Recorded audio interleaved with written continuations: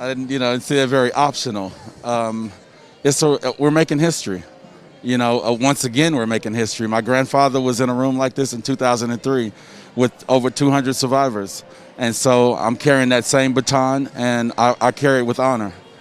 You're considered an expert when it comes to Greenwood. Well, tell us a little bit about the work that you're doing for the Greenwood District today. So for the past 24 years, as president of the African Ancestral Society, we've made it a point to preserve the history, to tell the story through the lens of those who lived it, and through the lens of the descendants, as the trauma and those things that were lost. And so we want to tell that from an authentic perspective.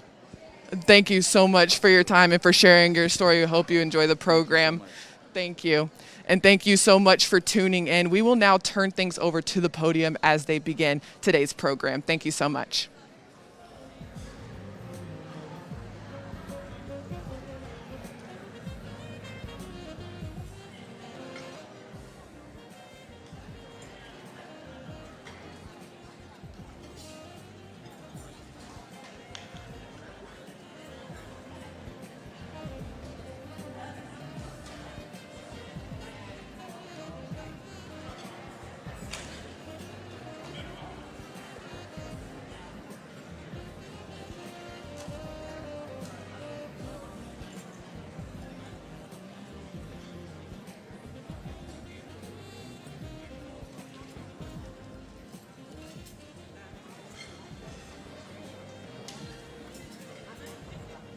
Our Father,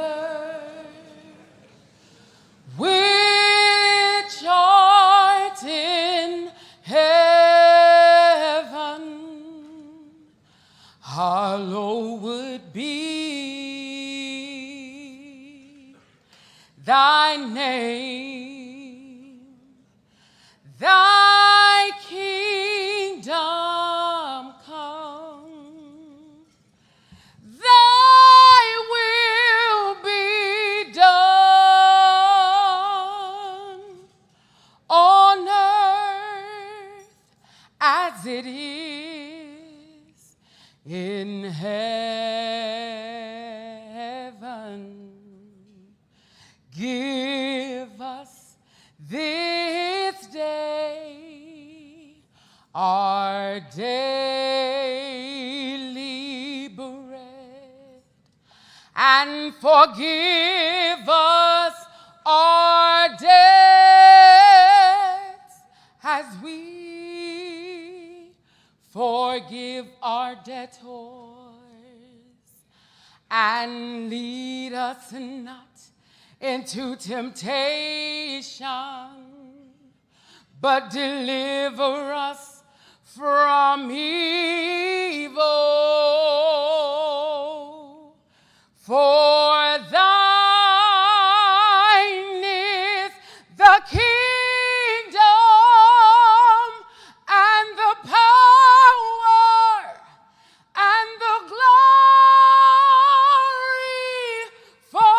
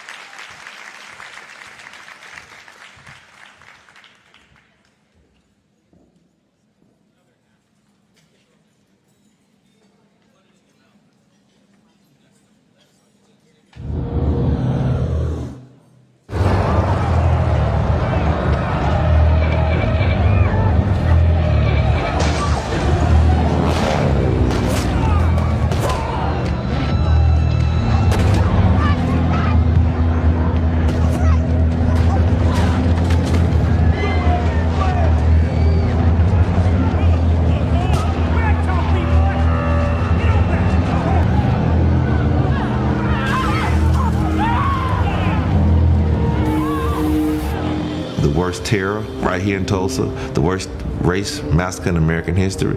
This is not new. I mean, my heart breaks for people in El Paso, my heart breaks for people in Dayton, but we're talking about people who bombed churches and where the little girls were bombed in Birmingham. We're talking about people who literally terrorized Americans on Greenwood in 19. The soldiers coming to the house, and a bunch of relatives come to the house looking for men. They were trying to kill all the black men. I will never forget the violence of the white mob when we left our home. I still see black men being shot, black bodies lying in the street. I still smell smoke and see fire. I still see black businesses being burned. I still hear airplanes flying overhead. I hear the screams. I have lived through the massacre every day. Our country may forget this history, but I cannot. I will not, and other survivors do not, and our descendants do not. I am a 107-year-old and have never seen justice. I pray that one day I will. I have been blessed with a long life and have seen the best and the worst of this country. I am 100 years old, and I am a survivor of the Tulsa race massacre. Because of the massacre, my family was driven out of our home. We were left with nothing. We were made refugees in our own country. At the end of the day, we're going to have some successes that we can say, Tulsa did this better, something that can be duplicated in other communities, and we can get further down the road on this fight for injustice. I will never forget, and that is true.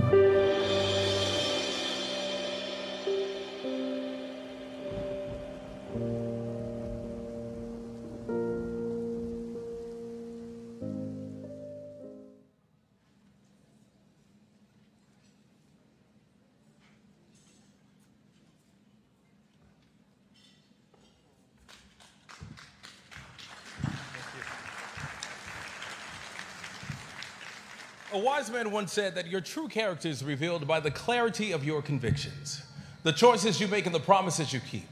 You have to hold strongly to your principles and refuse to follow the currents of convenience, for what you say and do defines who you are, and who you are forever. Good afternoon. I think we can do better than that. Good afternoon, everyone.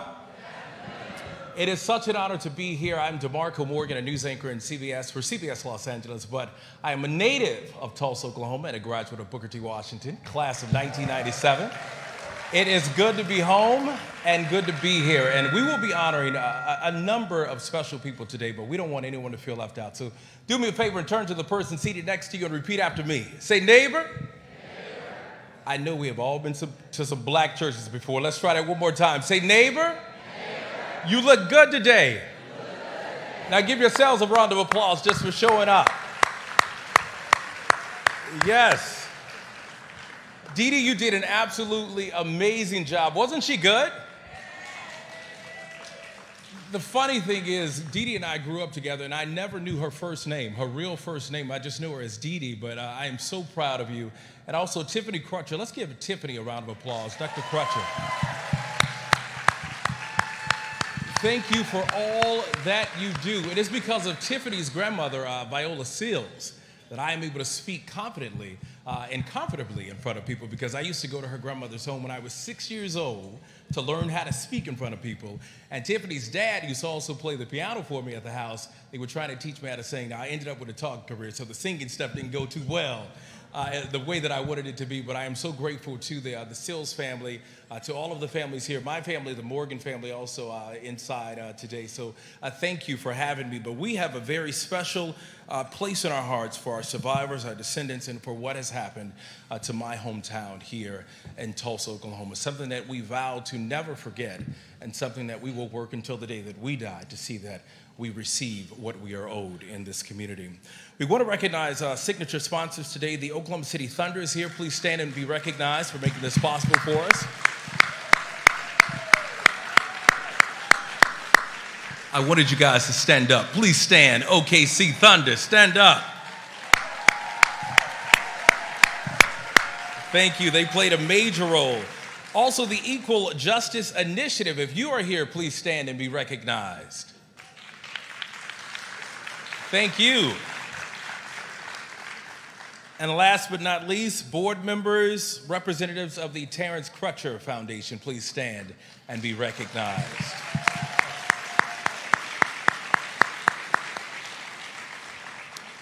All right, at this time, we will have a tribute and words from the Honorable Senator Elizabeth Warren.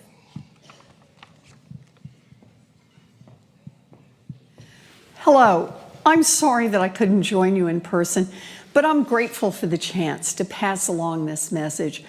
I would like to start by thanking the Justice for Greenwood Foundation, the Tulsa Community Remembrance Coalition, and the Terrence Crutcher Foundation for hosting this event today.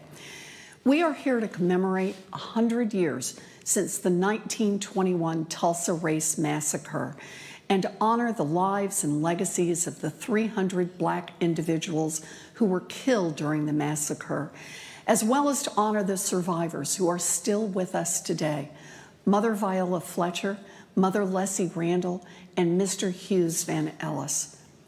100 years ago, mobs of white residents descended on Black Wall Street in Tulsa, Oklahoma, ransacking Black businesses and murdering hundreds of Black Americans. The Tulsa Race Massacre was one of the worst incidents of racist violence in our nation's history. We will never be able to undo this hateful act of domestic terrorism or undo the pain and suffering it inflicted on the Black community. But we must all do our part to fight for racial justice and defend Black lives. In Congress, I've teamed up with Congresswoman Sheila Jackson Lee to lead a resolution in Congress to mark the 100th anniversary of the Tulsa Race Massacre. It is important that we recognize the shameful part of our history and that we commemorate the lives lost because of this racist attack against Black Tulsans. Our resolution not only calls out the direct participants of the Tulsa Race Massacre, but it also calls out those who aided and abetted the unlawful violence. It also condemns a pattern of violence against Black people, including at the hands of law enforcement. I don't have to tell you what a difficult time this is for our country. This past year has made it painfully clear what Black Americans have always known, that systemic racism pervades every part of our society. The world stood still as our nation endured a new threshold in the fight for justice. The tragic deaths of George Floyd, Breonna Taylor, Ahmaud Arbery, and so many others made it abundantly clear that we as a nation have some serious soul searching to do. Racial disparities exist in every aspect of our society. And at a time when COVID-19 is disproportionately killing Black Americans and Black businesses are going under, it can feel as if this is the way things have been and always will be. For generations, the federal government has prevented African Americans from building wealth and financial security. Our nation is in crisis, and it has been for some time now, but we are not without hope. It is time for our government to acknowledge its actions, time to step in, to make opportunity available for African American communities. And we do that by investing in Black Americans and creating opportunity. In 2019, when I had the chance to visit the site of the Tulsa Race Massacre, what stood out for me was how Black Wall Street was defined by the human spirit and how the community came together quickly to rebuild. We know that the fight for social, racial, and economic justice and equality is far from over, and it's up to us to pick up the mantle and fight forward for justice. I'm committed to that fight, and I am honored to stand shoulder to shoulder with you in this effort. Together, we're going to make government work better for people all across this nation, and we're going to make sure that our communities have the resources they need to recover and to thrive in the years ahead. Yes, it is an honor to fight alongside you.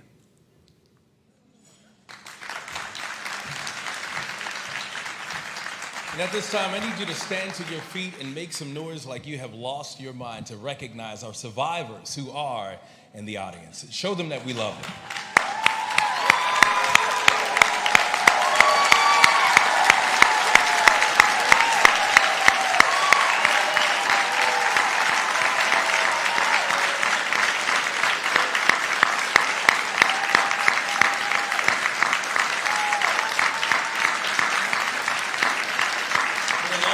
Coming. It has been a long time, and they are representing us very well. We are so grateful for that. At this time, with Kiara Boone with the Equal Justice Initiative, please make your way to the stage. She will be taking part in our next presentation. And Kiara, my apologies, I would help you up the steps, but I haven't put this suit on since the start of COVID, and it's a little tight. I can't even eat bread today.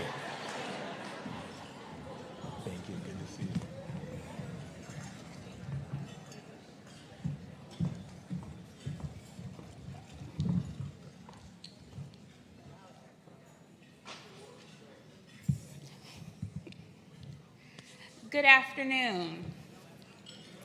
My name is Kiara Boone, and I'm the Deputy Director of Community Education at the Equal Justice Initiative. I am grateful and honored to be here with you all today and to be in the presence of the survivors and descendants of the 1921 massacre. EJI, the Equal Justice Initiative, is a nonprofit human rights organization that has worked for more than 3 decades to improve justice and fairness for the poor, disadvantaged, and incarcerated. Our legal work focuses on providing legal assistance to people on death row, adults who were sentenced as children to death in prison, and people currently facing extreme sentences in prisons and jails across the country. We are actively working to end inhumane conditions of confinement, which is especially important at a time when our nation is going through a global pandemic, and people who are incarcerated are particularly vulnerable. We're also working to offer support for reentry to people who are released from prison and to eliminate mass imprisonment, extreme punishments, and sentencing practices. We remain committed to standing with these communities and to providing legal representation to people in communities who are facing these injustices every day. Over the course of these past 3 decades of working to combat abuse and injustice within the criminal legal system, our team has witnessed firsthand the realities of racially biased mass incarceration and directly observed the connections between our past and present. We have stood in countless courthouses with Confederate monuments on their front lawns and visited countless prisons where chained Black men labor in fields that were once plantations worked by enslaved people. We have also watched numerous politicians endorse increasingly punitive, tough-on-crime policies. And from this proximity, we came to understand that slavery, racial terror violence, and Jim Crow segregation are still impacting this nation. We learned that to be effective, dialogue about racism and mass incarceration must include this historical perspective, a perspective that has always informed our work and inspired us to expand the conversation beyond the courtroom to include all of us in the effort of raising our consciousness about this history and its legacies. And for this reason, our legal work and our narrative work are intimately connected and equally urgent. At EJI, we believe that telling the truth about the slave trade, racial terror and lynching, Jim Crow segregation, and mass incarceration is critical to overcoming the division and conflict that have grown from centuries of denial and avoidance. We are committed to engaging communities in honest reflection that can help our nation respond more effectively to the legacies of racial injustice. And it is our hope to usher in a new era, one in which all children grow up learning about and understanding this history so that we can truthfully and meaningfully say, never again. We want to help youth understand that the freedom enjoyed by some has been built on denying that freedom to others, and that it is a choice that we do not have to continue to make because peace and justice are not a limited resource.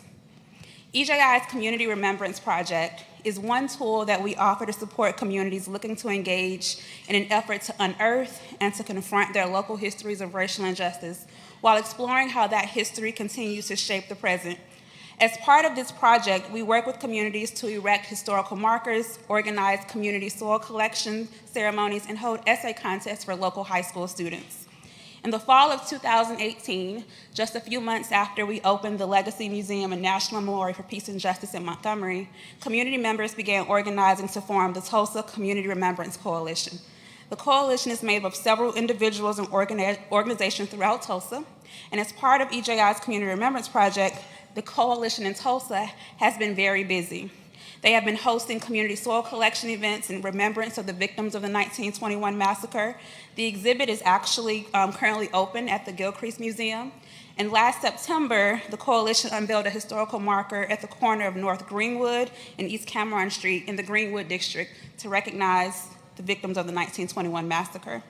And this past academic year, the coalition partnered with EJI to host an essay contest in an effort to help young people understand where we are in this country and the work that still needs to be done. The contest was open to public high school students in Tulsa.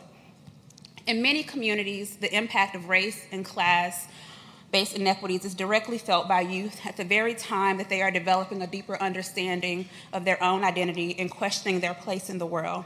We offer our racial justice essay contest in hopes to help youth develop answers to these questions that are rooted in truth-telling and an orientation towards justice for all. The essay contest asks students to identify a historical event related to racial injustice against African Americans and to analyze the legacies of that event today. We also ask students to think about how we might imagine a way forward, a way out of injustice and towards the pursuit of true justice for all, answering the question, how can we begin to repair the harm that has been caused? Through the essay, we hope students come to understand the need for truth-telling and the harm of racial myths that have and continue to enable forms of domestic terrorism and racial injustice. It is my pleasure today to announce the winners of the 2021 Tulsa Racial Justice Essay Contest this afternoon. Each student will receive prizes from EJI and the Oklahoma City Thunder, as well as scholarship funds from EJI and the Terrence Crutcher Foundation. I'm going to ask each student, if they are here, to come on stage to receive the award. In fourth place, we have Reagan Pearson from Memorial High School for an essay titled Equal, Not Equal.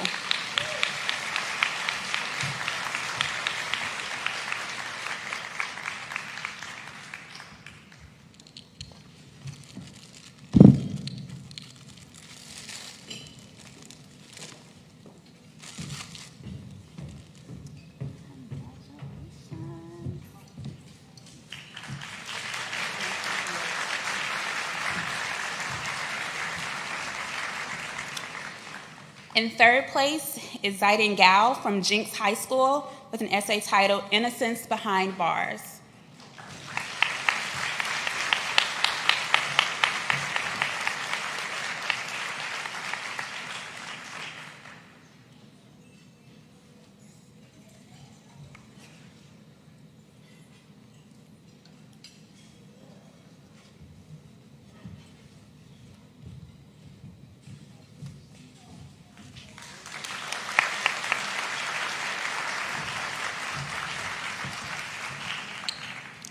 In second place is Leslie Trejo from Tulsa Honor Academy High School for an essay titled The Schools to Prison Pipeline Extends Further Than the Eye Can See.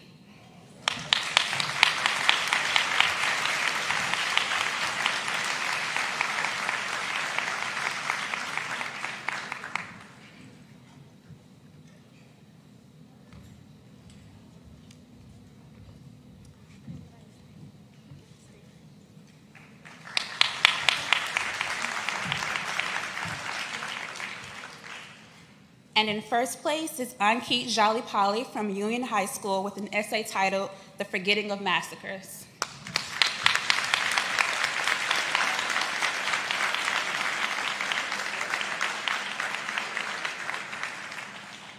We're going to ask Ankit to read their essay today for all of you.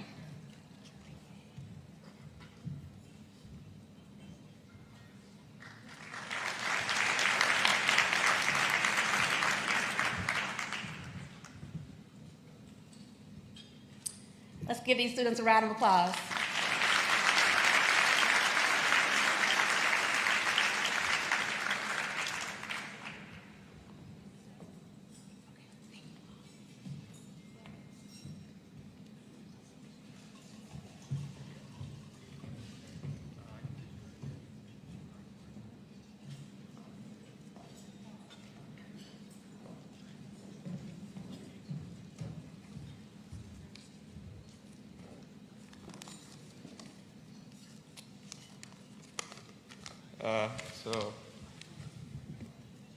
Hi, my name is Ankit Jalipali. I go to Union High School. The title of my essay is The Forgetting of Massacres. And I actually wrote about the Tulsa Race Massacre, but along with that I actually talked about like another massacre just to discuss like the disparities in race among African Americans and the injustice within society. So I'll go ahead and start. So in the greater annals regarding the city of Tulsa, much of the discussion focuses on the Art Deco aesthetic of downtown or the massive oil economy. While these features are essential to the characteristics of the city, Tulsa is marred by a decrepit past regarding the city's racial injustices. These injustices were so widespread that it even led to a day of innocent African American bloodshed and the destruction of black-owned businesses from the hands of white citizens.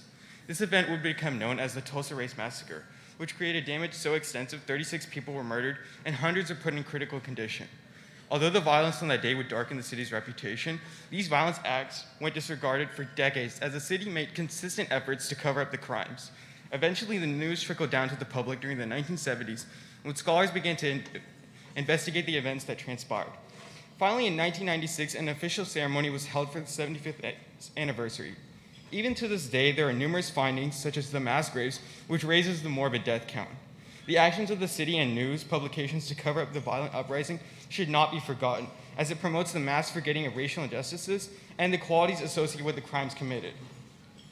Even before the violence ensued in the city, on May 31st, 1921, a young teenager by the name of Dick Roland was arrested for fleeing the Drexel building after he was accused of assault. This came to be after Sarah Page, the elevator operator of Drexel building, claimed that Roland had assaulted her, leading local media to report on the incident. The exaggerated news report emphasized the myth of racial difference, which caused outcry. This led many white individuals to form a mob and storm the Tulsa courthouse, demanding Roland be handed over to the mob. In response to the mob, African American veterans from World War I came to aid the police. However, this escalated the situation, leading veterans to retreat to Greenwood and a largely African American area in Tulsa. In Greenwood, white Tulsans burned and looted property, as well as murdering innocent African American civilians. The damage was so extensive, with reports indicating 1,000+ homes were destroyed, along with other black-owned infrastructure. The following day, Roland was released after the police determined Roland had not assaulted Page. The eventual revelation of Roland's wrongful conviction emphasizes the exacerbation of racial difference promoted through the report and the violent effects it has on the African American community. Additionally, the efforts of influential publications in Tulsa to hide the racial injustice highlights the decrepit nature of the media when regarding the violence against African Americans. The period after the race riots was that of silence, as media such as the Tulsa Tribune failed to report on the massacre. Historians also never found police reports archiving the massacre. Along with these absences was the lack of information in public education, as previous textbooks neglected the issue.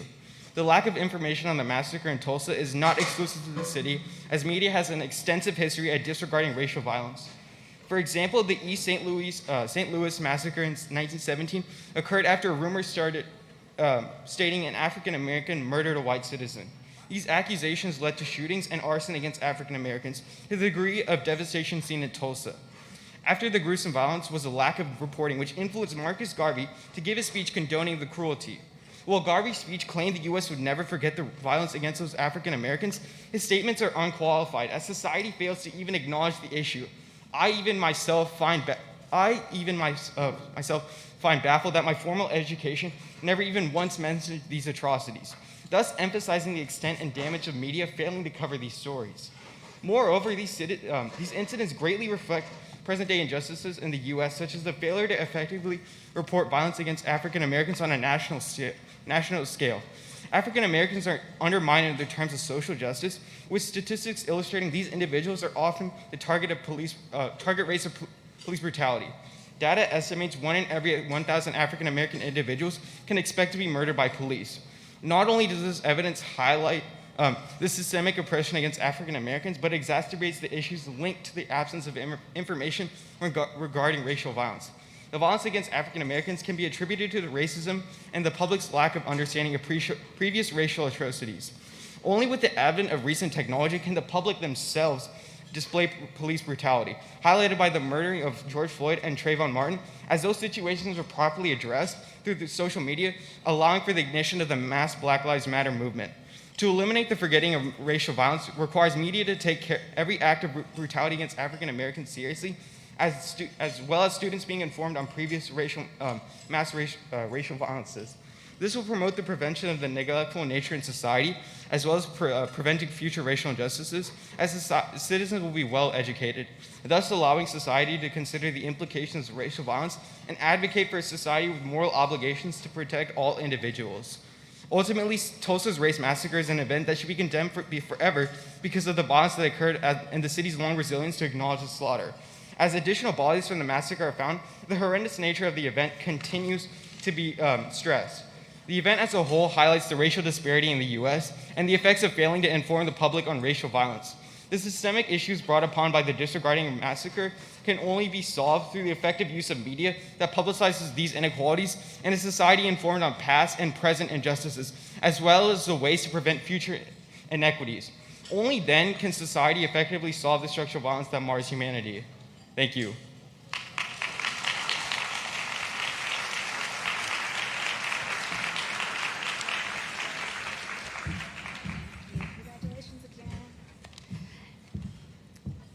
I am really proud of the students who participated. Each essay was really thoughtful and compelling. I'm also grateful for the support of the Oklahoma City Thunder and the Terrence Crutcher Foundation. Along with EJI, we were able to award the students about $10,000 in scholarships today.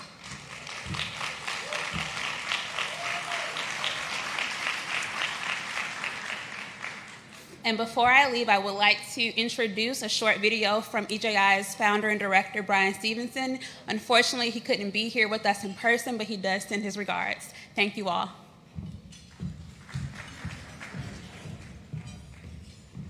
Friends and family in Tulsa, I am so sorry that I cannot be with you for this extraordinary weekend of remembrance. And I use the word family intentionally. I've had the great privilege of working with some of you, and my young brother, DeMario, and Dr. Crutcher have inspired the kind of commitment, the kind of relationship that makes me claim Tulsa as a home, and all of you as my family members. I want to just celebrate the work that you are doing. I want to potentially thank, I especially want to thank the survivors of the horrific Tulsa massacre. You have been such extraordinary, beautiful witnesses to the Black struggle in this country. Mother Randall, Mother Fletcher, Mother Van Ellis, I cannot tell you how moved and inspired we all are because of what you have done. My great-grandparents were enslaved, and I've been thinking a lot about the legacy that we have had to manage. Our foreparents were abducted, kidnapped in Africa, brought to this continent in chains. 2 million died and are buried at the bottom of the Atlantic Ocean, and we haven't really acknowledged their plight, their suffering. We were told when we came to this country, not only that we would be enslaved, but worse, we were told that we're not as good as white people. That's the great evil of American slavery. It wasn't the involuntary servitude and the forced labor, it was this false narrative that was created, where enslavers said that black people aren't as good as white people. They're not fully human, they're not fully evolved, they're less capable, they're less worthy, their lives don't matter. And that narrative created this ideology of white supremacy. And as a result of it, our foreparents suffered, they were brutalized, they were beaten, they were mistreated. And when emancipation came, and formerly enslaved black people had every reason to want retribution, to want retaliation, to want to hurt those who had hurt them, but our foreparents were committed to love, and they decided that they were going to create community. That's what happened in Tulsa. They created, yes, a black Wall Street, but it was a community that actually lifted up everybody. And there's a kind of genius in that love. And even when black people were being pulled out of their homes and beaten and drowned and tortured and burned alive and lynched, we were committed enough to loving one another that we created new generations. So many of our community members were forced away from their homes. They didn't create the wealth that they should have been able to pass on to their children. 6 million black people fled the American South. They went to Cleveland and Chicago and Detroit and Los Angeles and Oakland, not as immigrants looking for new economic opportunities, but they went to these communities as refugees and exiles from terror. There is a Tulsa diaspora where people have been forced away from the community as a result of the horrific massacre, and yet we were willing to love. It took love to build things back in Greenwood. It took love not to give in to hate. It took love to keep fighting for a better way. And today, when we're still having to contend with this vicious and horrific legacy of racism, we still have to contend with these presumptions of dangerousness and guilt that continue to burden us. And it doesn't matter whether you're talented, it doesn't matter whether you're a teacher, it doesn't matter whether you're an engineer, it doesn't matter how kind and loving you are. We know that if you're black or brown, you go places in this country where you have to navigate these presumptions of dangerousness and guilt. That's what killed George Floyd. That's what killed Terrence Crutcher. And when you have to experience that kind of violence and loss, it's devastating. And yet, we have enough love to still be saying we can do better. And I just want to celebrate all of the survivors, all who have been directly impacted by the horrors of the massacre, who still have enough love to say we can do better, who still have enough love to stand up even when people say sit down. See, people don't understand that it's love that causes some of us to speak when others say be quiet. It's a love of justice. I tell people all the time that justice is the instrument. That is the thing we seek, but love is the motive. I don't hate anybody. I want a different kind of Greenwood. I want a different kind of Tulsa. I want a community where people aren't going to be presumed dangerous and guilty, where people have been allowed to recover, and we haven't achieved that yet. And that is why the work that you are all doing is so important. You young people who have participated in the essay contest, I want you to know how proud we are of you. I want you to know that you are loved too. You are the heirs of a generation of people who have fought long and hard, and we need you to fight too. The journey is not done. The work is not over. I've spent the pandemic in Montgomery, Alabama, and I've been thinking about the people who came before me, that generation of black people who would put on their Sunday best, and they would go places to demand justice, to ask for the right to vote, to get the rights that the Constitution guaranteed them, and they knew that even when they were on their knees praying, that they would get beaten and bloodied and battered for their protests, and yet they went anyway. I stand on the shoulders of people who did so much more with so much less. Mother Randall, Mother Fletcher, Mother Van Ellis, we are standing on your shoulders. The work that you have done has empowered us, and that's why there's litigation, exciting litigation to demand reparations. That's why there's advocacy. That's why there's activism. That's why we are holding and demanding that people be held accountable. That's why we are together. And I just want to let you know that I am with you, that I'm moved by the witness, that I'm inspired by all that you're doing. We will not stop. We will not rest. We were given a baton by the generation that came before us.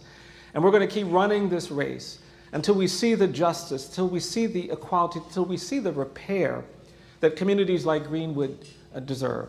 Thank you for making this work the work that has inspired so many people around the world. I look forward to being with you in person sometime soon. And congratulations to all of you, our beautiful survivors, directly impacted community members, and our wonderful young people who have written these stirring and amazing essays. Congratulations to each and every one of you. God bless you all. Thank you, Brian. Let's hear it one more time for our students, our scholars today as well. Congratulations. Now, before we bring up our next guest, I want to recognize someone in the audience. I was tipping down the stairs, and I heard somebody whisper and yell out, "You should have worn sweats with my tight slacks on." This young man is responsible for a lot of us across the country, African-American journalists being in the positions that we are in and sort of allowing us to tell our own stories. Roland Martin, please stand and be recognized. He's a good brother. He's good. Thank you. Good to see you, man. Good to see you in Tulsa. He just pledged the wrong frat. I wish he was a Newt, but it's all good. It's all good. Shout out to the Kappas. He said that's a youth group. All right, man. Please welcome Daniel Romaine. He is an acclaimed composer who has worked with Lady Gaga, Philip Glass, and Bill T. Jones for a musical selection.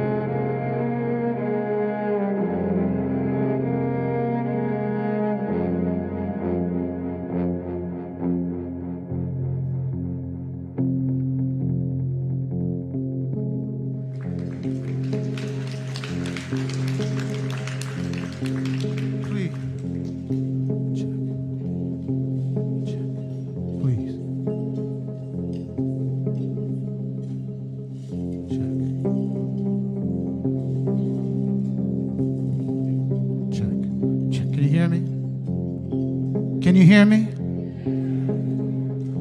Okay. Peace be with you.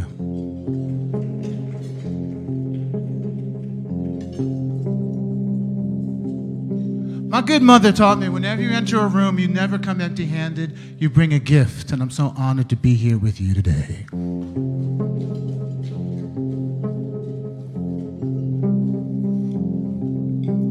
Now, I can't imagine the pain and the sorrow. I can only play to it.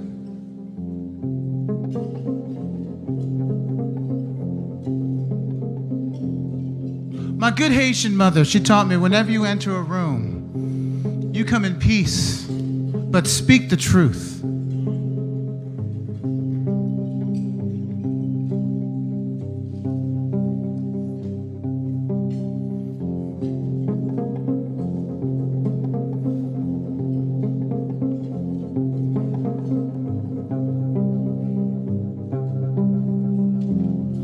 And I see you. And I want to understand. And I want to make sure that by the time I leave here today and tonight, I can go back out into that world and speak the truth. I'm a black Haitian American composer. I play a little bit of violin. And I want to honor them. And I want to honor them. And I want to love them.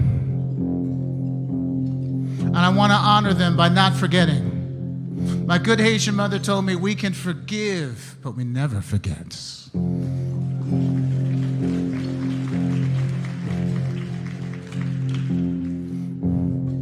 Sometimes I do feel that what would happen if my own son lost me as his father. I play for yesterday and today, and I play for tomorrow. I want to give that song and give voice to that sorrow.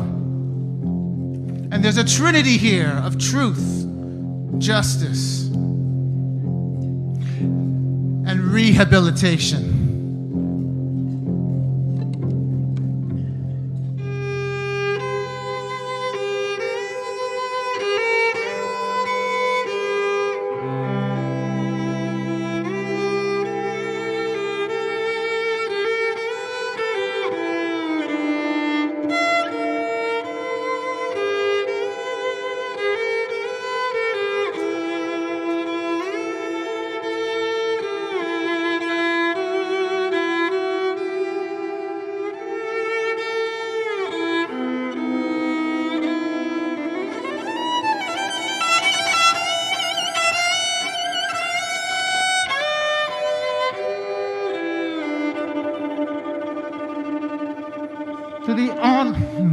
To the honorable, the loving,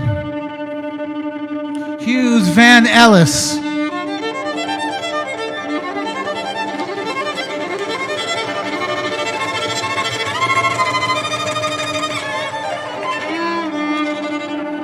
To the honorable, the loving, Leslie B. Randall.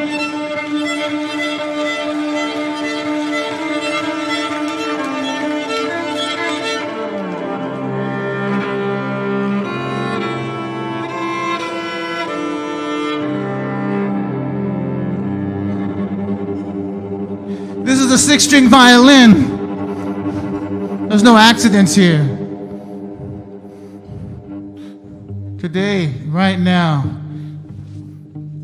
it's a viola. For you, viola.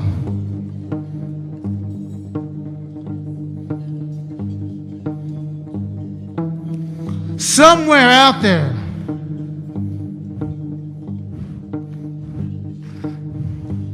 lies the truth. Somewhere out there, the stories lead us home. I don't have all the answers, but I am ready to play my part. I'll keep playing and doing and being and believing and listening and listening.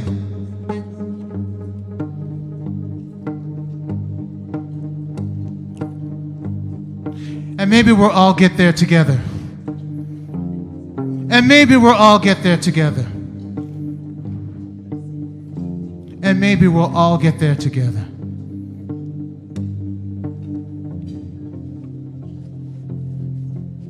And maybe we'll all get there together.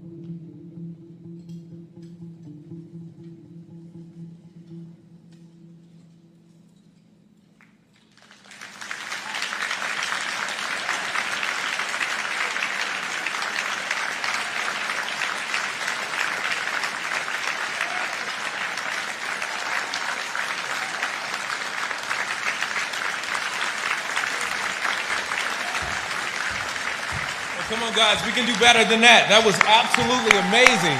Daniel, thank you. Thank you. Phenomenal talent, and I hope our survivors, as well as our audience, just enjoyed all of that. Just going to take a couple of minutes to enjoy each other's company, mingle at the table. You can get up and move around. I see that lunch has already been served, so I hope you have enjoyed the food so far. But get a chance to enjoy each other. I know this is a homecoming for so many of us. I just saw my teacher from, I think it's first or second grade, from Greeley and Turley. She used to paddle me, so I got a little nervous when I looked at it. I had a little PTSD thinking about it. But Miss Taylor, I love you so much, and I think it paid off. I think all those paddling and spankings there paid off. Enjoy yourselves, and we'll be back in a moment.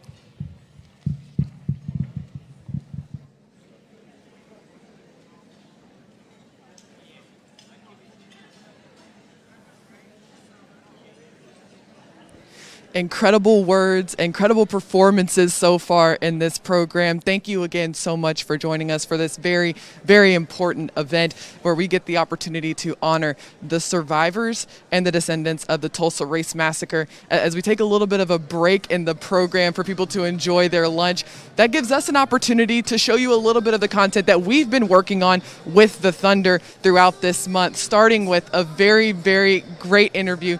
I was so honored to be able to sit down with the oldest living survivor of the Tulsa Race Massacre, 107-year-old VIOLA FLETCHER, also known as Mother Fletcher, who so graciously shared her story with me. Take a look.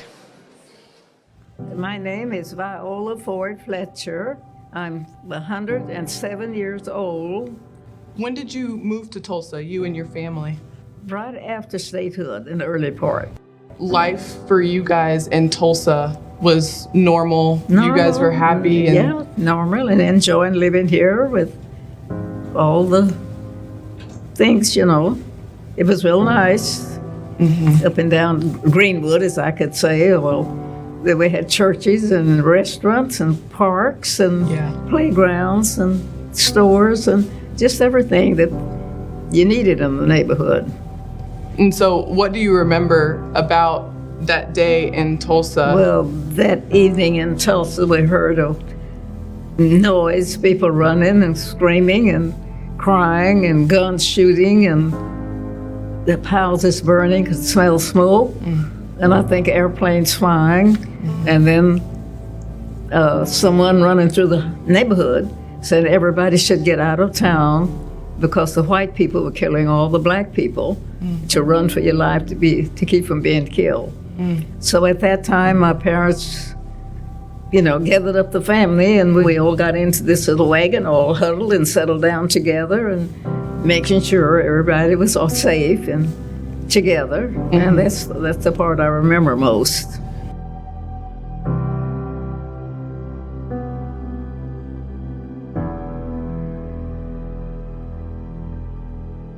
They didn't know how many, but they say the people were killed and houses were burned and people stole a lot of their valuables, and so the people in the neighborhood was left with nothing,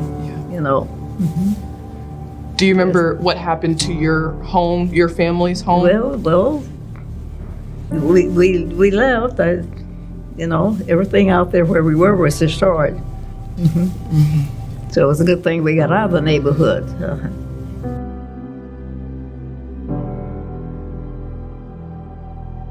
Oh yes, that's something you won't ever forget. It's always. I know I won't. Yeah. How often do you think about it now? Every night, every day. Anymore, I hardly sleep at night. I don't sleep in the dark, but it stays with me. You would think when I get older, it would pass, but it don't. You always think of it. How do you feel? It's been 100 years. Yes. How does that make you feel? Why did it take so long? I wondered, why has it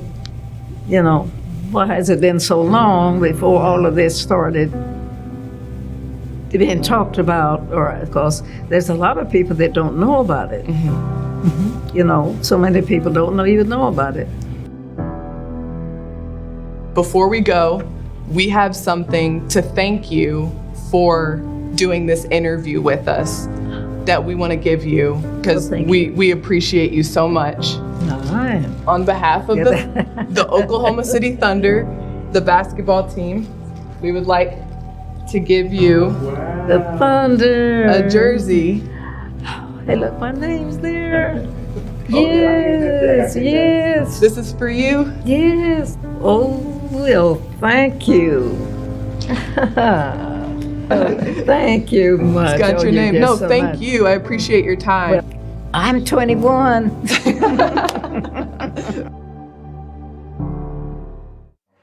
For a city to not fully address it and fully look at how we can support this community that had this taken away from it, and because of it, so many lives, so many families may not ever get to know their full heritage.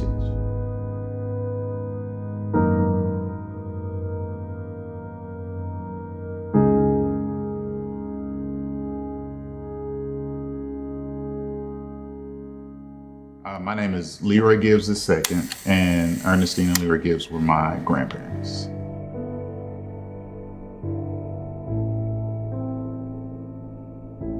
When it all happened, a guy, he worked at I want to say it was the movie theater then, came to their house and told them that they needed to get out of there, that they were shooting blacks.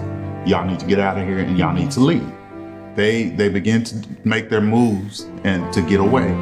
Her brother and her cousin got separated from them, and they made their way to Sapulpa by swimming down the Arkansas River, her brother and her cousin. My grandmother and her mother and the rest, they were trying to escape with others. They were trying to get to a park that was further out north.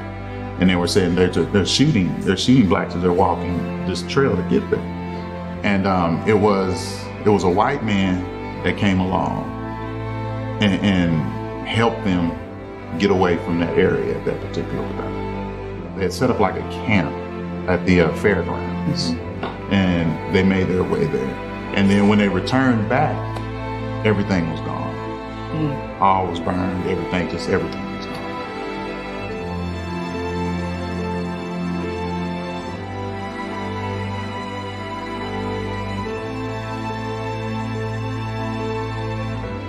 I went through anger and just when I imagine my grandmother as a 17-year-old girl having to be in that environment, bullets flying and fires and just to have that imagery in my head for my grandmother, I mean, it's disheartening, you know, that a people would do this to another people that way. And I think it's sometimes when I think I just sit and I think about it sometimes, it does, it weighs heavy on me. You know, and like I said, I just sometimes wish that I really had gleaned on her a little more and learned more about it from her perspective. I think for me, the biggest thing I want my son to know is try to be the best he can be. Don't sell yourself short. Don't try to slide past things, but really know that what you do today is actually based on what other people did before you. So don't take it for granted.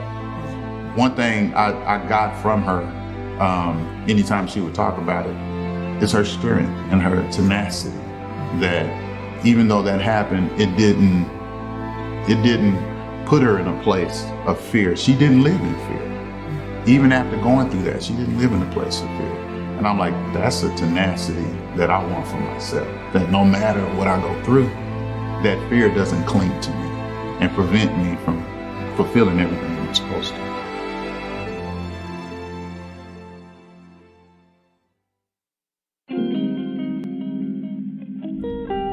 The Greenwood district of Tulsa, Oklahoma was once the beacon of Black prosperity in the early 1900s.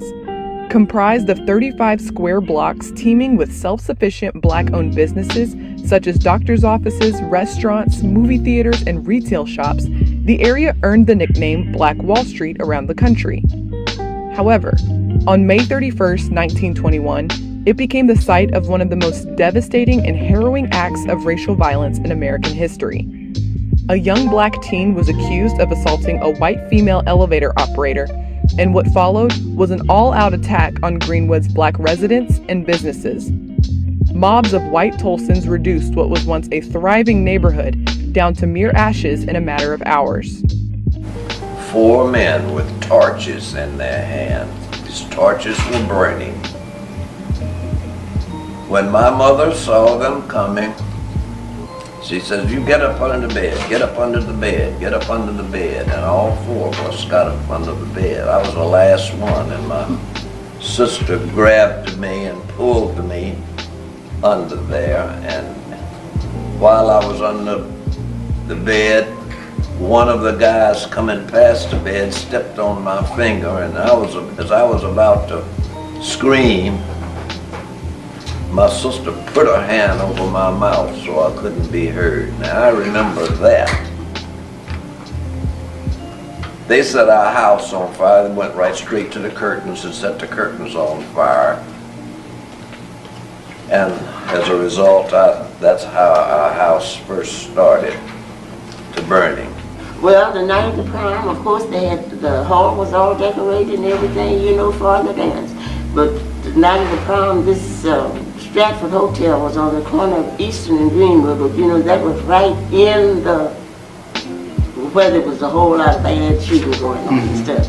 And that was all canceled. And that hotel, you know, was torn down. They just demolished it. Martial law was declared, and they had help, soldiers coming around. And they came and asked my father, they used a provocative, unacceptable word, N-word. You have a gun? Now, you probably did have a gun, but I don't think you were shooting. He said, I don't have a gun. But he said, well, please don't set my house on fire. Well, he knew that we were up in the attic, so as soon as he left, they set our house on fire. We were up in the attic, 4 children, 5 kids, baby boy, my sister, and I 3 brothers. And we were able to get out without injury.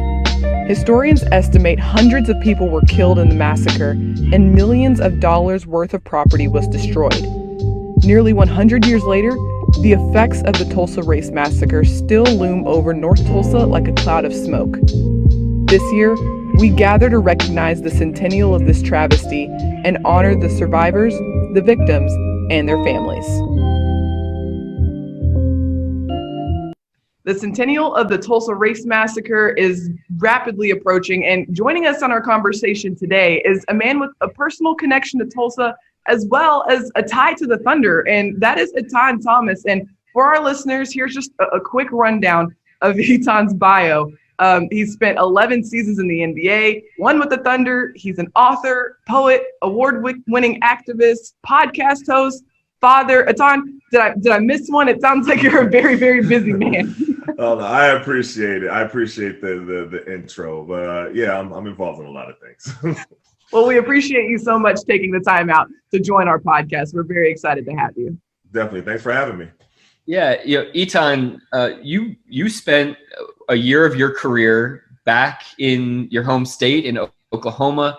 You were a member of the Thunder for one season, and I just kind of, as we get started here, I wanted to get your thoughts on just being a member of the Thunder organization as it was getting on its feet in that very first season here and getting to play professionally in Oklahoma. What do you remember about that time just as kind of a member of the organization overall as it was trying to become a part of this Oklahoma community? It was great memories. I was a part of a young nucleus of young talent. James Harden was a rookie. I remember he walked up to me and said, nice to meet you, sir. I grew up watching you. I was like, what do you mean, sir? What do you mean you grew up watching me? But he was a rookie coming out of, college, and he was young. And it was Westbrook's second year. KD was young. They were, Serge Ibaka was all young. These cats they were kids. They were really young. But we could see, me and Kevin Ollie would always talk about, this group is going to be good. Like, I don't even know if they understand how good they are. And so it was really special to be a part of that. And the organization is, first class all the way that they handled everything. A lot of love for Sam Presti, Scott Brooks, it was great. We were older, me and Kevin Ollie, we were older then. So it was kind of caught in like a youth movement, which is cool. You understand, every athlete, when they mature in age, sometimes that's what happens. But I really, really respected the way the Thunder where they operated as an organization. So yeah, I had a great time. Yeah, in that second season that the team was here, your year, do you remember, opportunities to kind of connect with the fans, connect with the citizens of Oklahoma, and maybe, what the organization was trying to do on that front of being kind of good stewards of being here in the city and the state?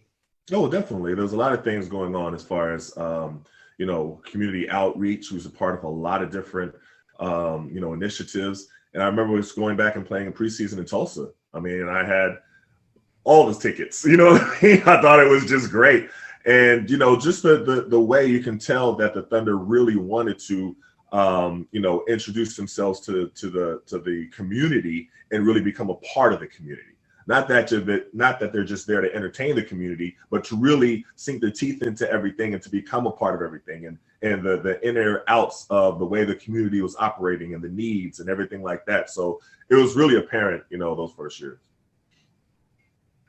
You talked about your time, being able to play those preseason games in Tulsa. Let's talk a little bit more about your background in Tulsa, because we know you went to high school there. Just what was kind of the background? I know you were born in Harlem, right? And moved to Tulsa. What was kind of the backstory so I was born there? in Harlem, and my father was transferred with American Airlines to Oklahoma. It was like there was this big mass transfer. So that's how he ended up in Tulsa.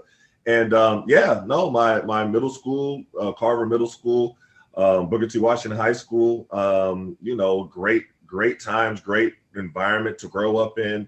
I still have a lot of friends, a lot of family there and everything like that. So, my time in Tulsa was definitely special. Did you know much about the Tulsa Race Massacre when you moved to Tulsa? I'm just thinking personally for me, it wasn't until I moved to Oklahoma a couple years ago that I first learned about it. So my high school, Carver Middle School, was actually about 7 minutes away from where Black Wall Street was. And, so I was very close. But interestingly enough, we didn't learn about it in school. I learned about it from the community. I learned about it in church. I learned about it from, and that's one of the things where, it's so important to be able to teach that in school. And that's something that is, a different topic, but it's there's so much history with it. And I was actually surprised. I remember afterwards, leaving high school and going to Syracuse University and being in an economics class, and the professor mentioned it, and nobody in the big lecture hall had ever heard of the Tulsa Massacre, except for there was me and 3 other people. One person was from Texas, you know what I mean? One person from Arkansas, one person from Oklahoma, but that was really it. So it really, wasn't taught outside of Oklahoma, but then again, also, it was taught by our community, not so much in the schools. Yeah, Eitan, it's so fascinating to hear you say, you learned about it in churches, you learned about it through community and connections. And I think about, this upcoming centennial weekend and the honoring survivors and descendants brunch. Without, people like Mother FLETCHER and others who can, share that story and kind of pass that down, we all might not be talking about it the way that we are. Maybe can you just speak to kind of the importance that the community has had to play, because this has not been a public conversation, perhaps the way it should have been over the last number of decades? Well, we have had 2 separate educations, and that's something that the Black community has, historically dealt with. Even with Black History Month, the only thing we were really told was Martin Luther King, I have a dream, and maybe a few other key member things, Obama, and that was pretty much it. And, just skip past a whole lot of stuff. So most of my education was done at home. My mother, really educated me about my history, my culture, reading her library. I had to do book reports, from, during the summer on different figures and things like that. And that's what I do with my children now. I mean, we homeschool though, so it's a little bit easier, but yeah, that's definitely what we do. I mean, my children learned about the Tulsa Massacre, at a young age. My son Malcolm wrote a poem about the massacre that he's performed. So, it's really been of having to do that at home. And it's unfortunate, because I think that this is something that should be taught in schools, especially in Oklahoma. And that's one of the things, I was just reading a little while ago, Governor Stitt in his, I think it was HB 1775, the bill and I'm listening to the wording of it, and I'm like, I don't know if that's good. That's going to kind of make it a little bit more difficult to teach about all of these critical things that have happened, even just in Oklahoma. I mean, you go through the Trail of Tears, or why they're called the Sooners, or why they're, or the Tulsa Massacre, all these different things that happened specifically in Oklahoma. It needs to be taught.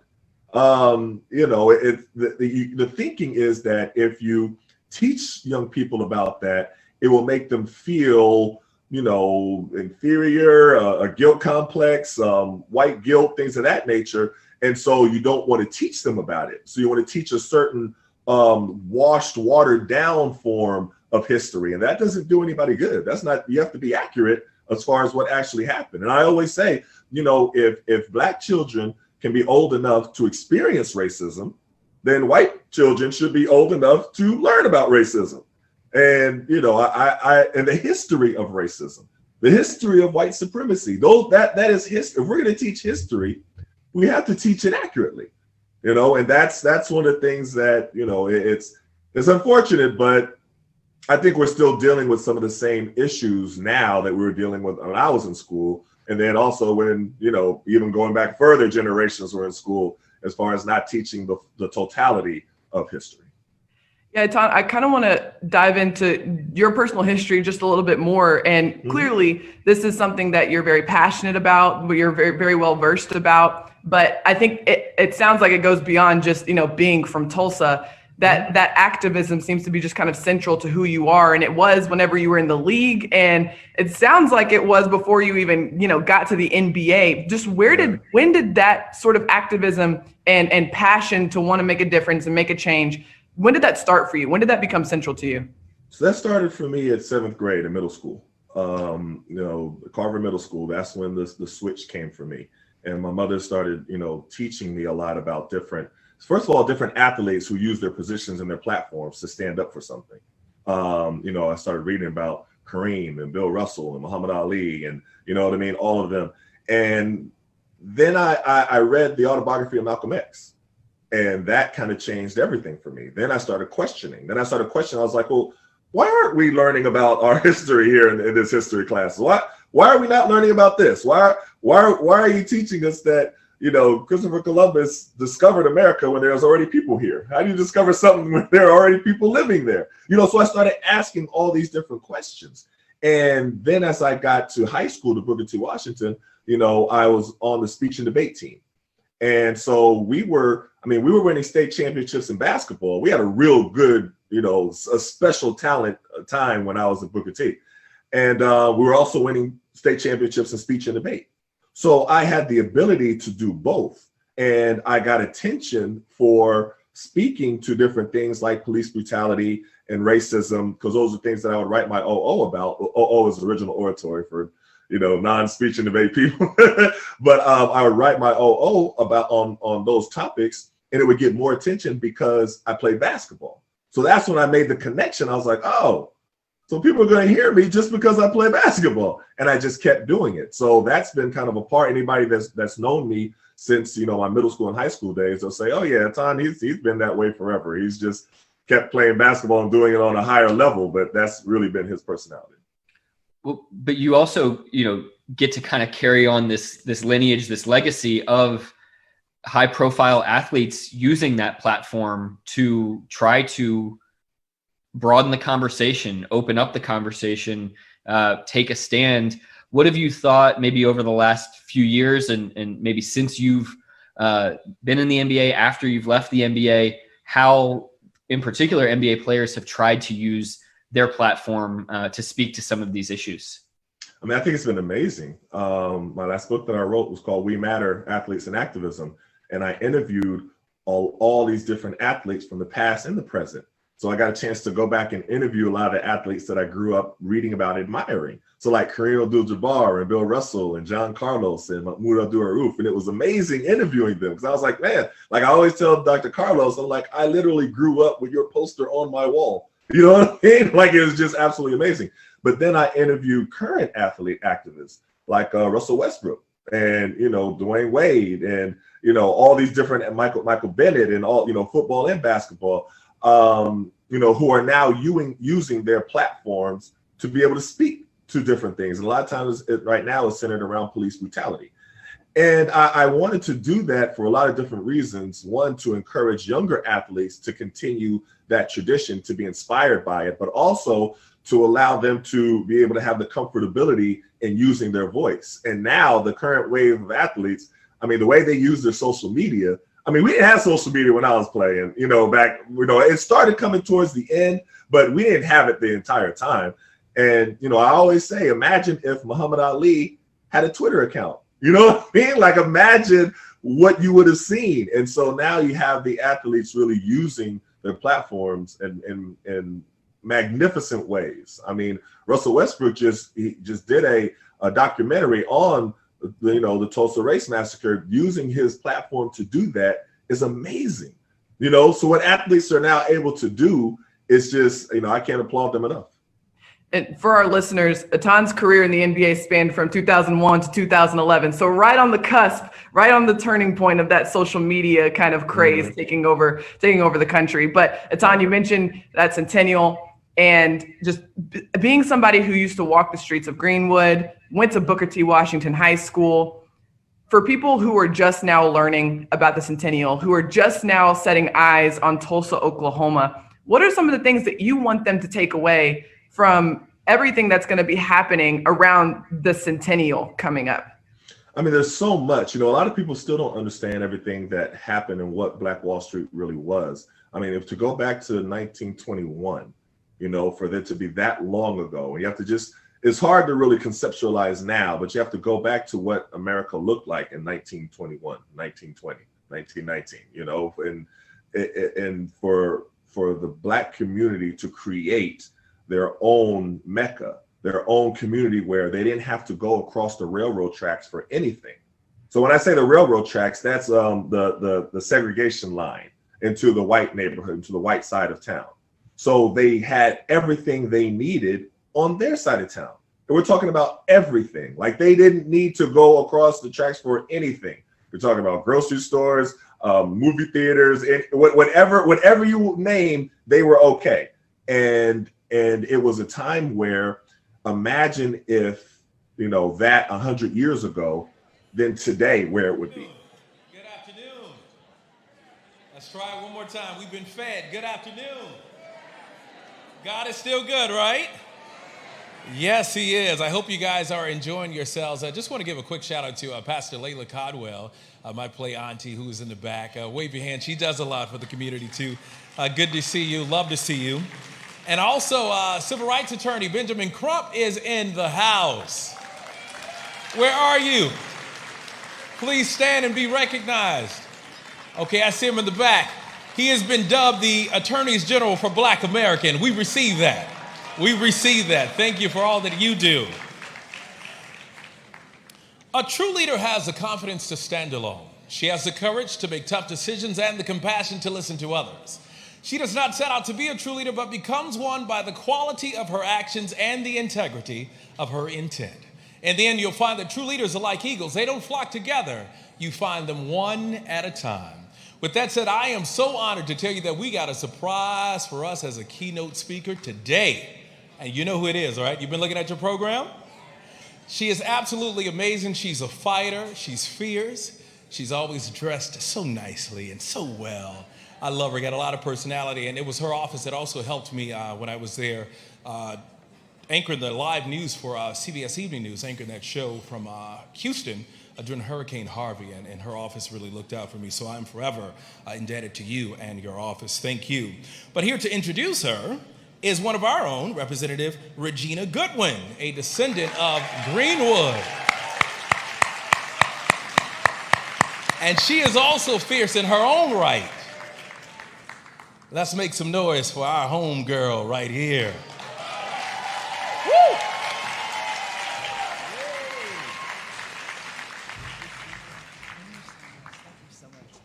Let's give it up for our homeboy. Our homeboy has made it good nationally. First of all, we're thanking God for allowing us to be here, certainly to Dr. Tiffany Crutcher for her amazing leadership. And it just a few, absolutely, all day long. You cannot applaud enough. And I tell you, Congresswoman Sheila Jackson Lee is, for one, someone I've looked up to for a number of years. You see her on TV, but beyond the TV, when the lights and cameras are off, Congresswoman Sheila Jackson Lee is about the people's business. She's about justice. And you know, they talk about having those torch carriers, right? Those flame keepers. And there was Mr. John Conyers who first introduced H.R. 40. He was talking about reparations when it wasn't popular. He was talking about reparations when folks wanted him to sit down.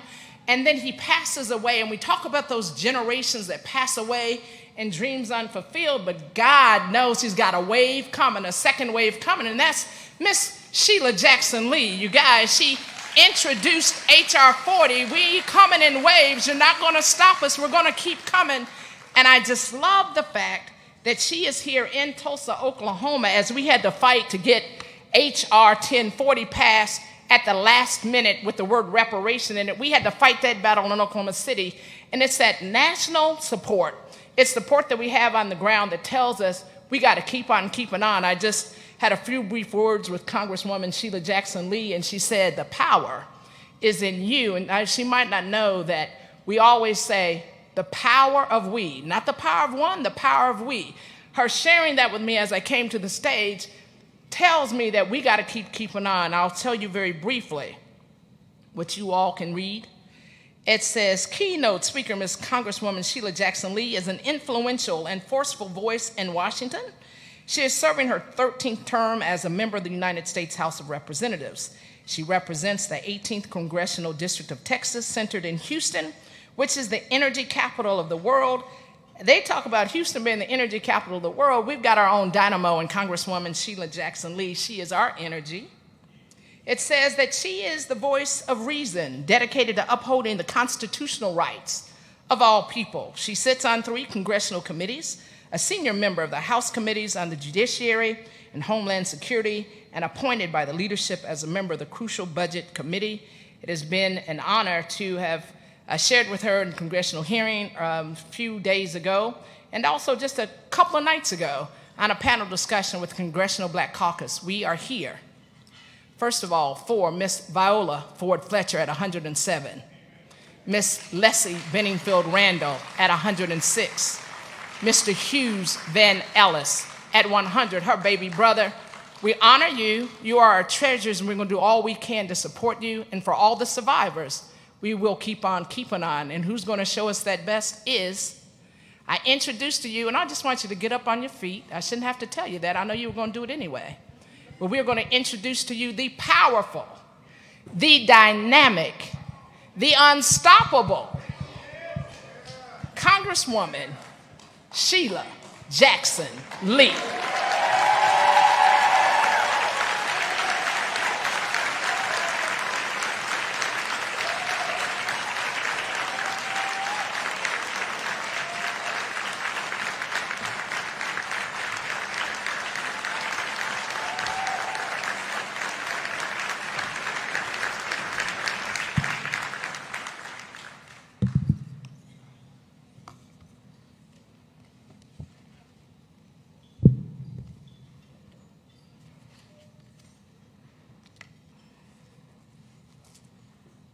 I come to you in the name of my ancestors. For today I wear the kente cloth that I was given on the 400th year in 2019,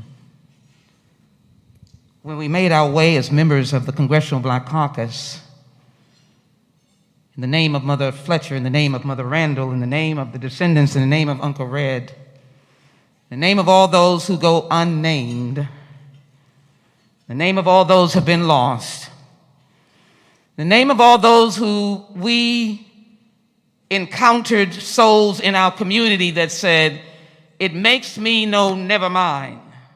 In the name of those who did not vote, the name of those who said, why y'all keep talking about reparations? In the name of George Floyd, in the name of Breonna Taylor, the name of the long litany of those who are still coming because of brutality, in the name. I ask you for a moment to join me in standing in this place that I'm going to temporarily proclaim that it is hallowed and somber ground. If you would just stand with me for a moment. Stand with me for a moment. I want you to be in the mood. Maybe that same mood as one of the spiritual orators that you view as the one that really strikes at your soul, and tears come, not jumping, but where you are sitting and they grab your soul. Maybe they're saying something about let the redeemed say so. And you are feeling, or the prayers of the righteous availeth much. Maybe they are telling you that the battle is not yours, it is the Lord's. Or you might have been listening to the choir quietly saying, I never would have made it without you. Take this moment, less than a mile away from Greenwood. Let's take this moment. I'm going to hold this rose for all ancestors. And I want this room to become a solemn quiet. I want no sound, no human sound.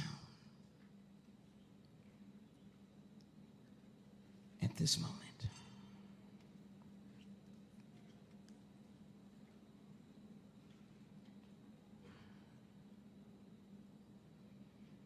In their name, you may be seated.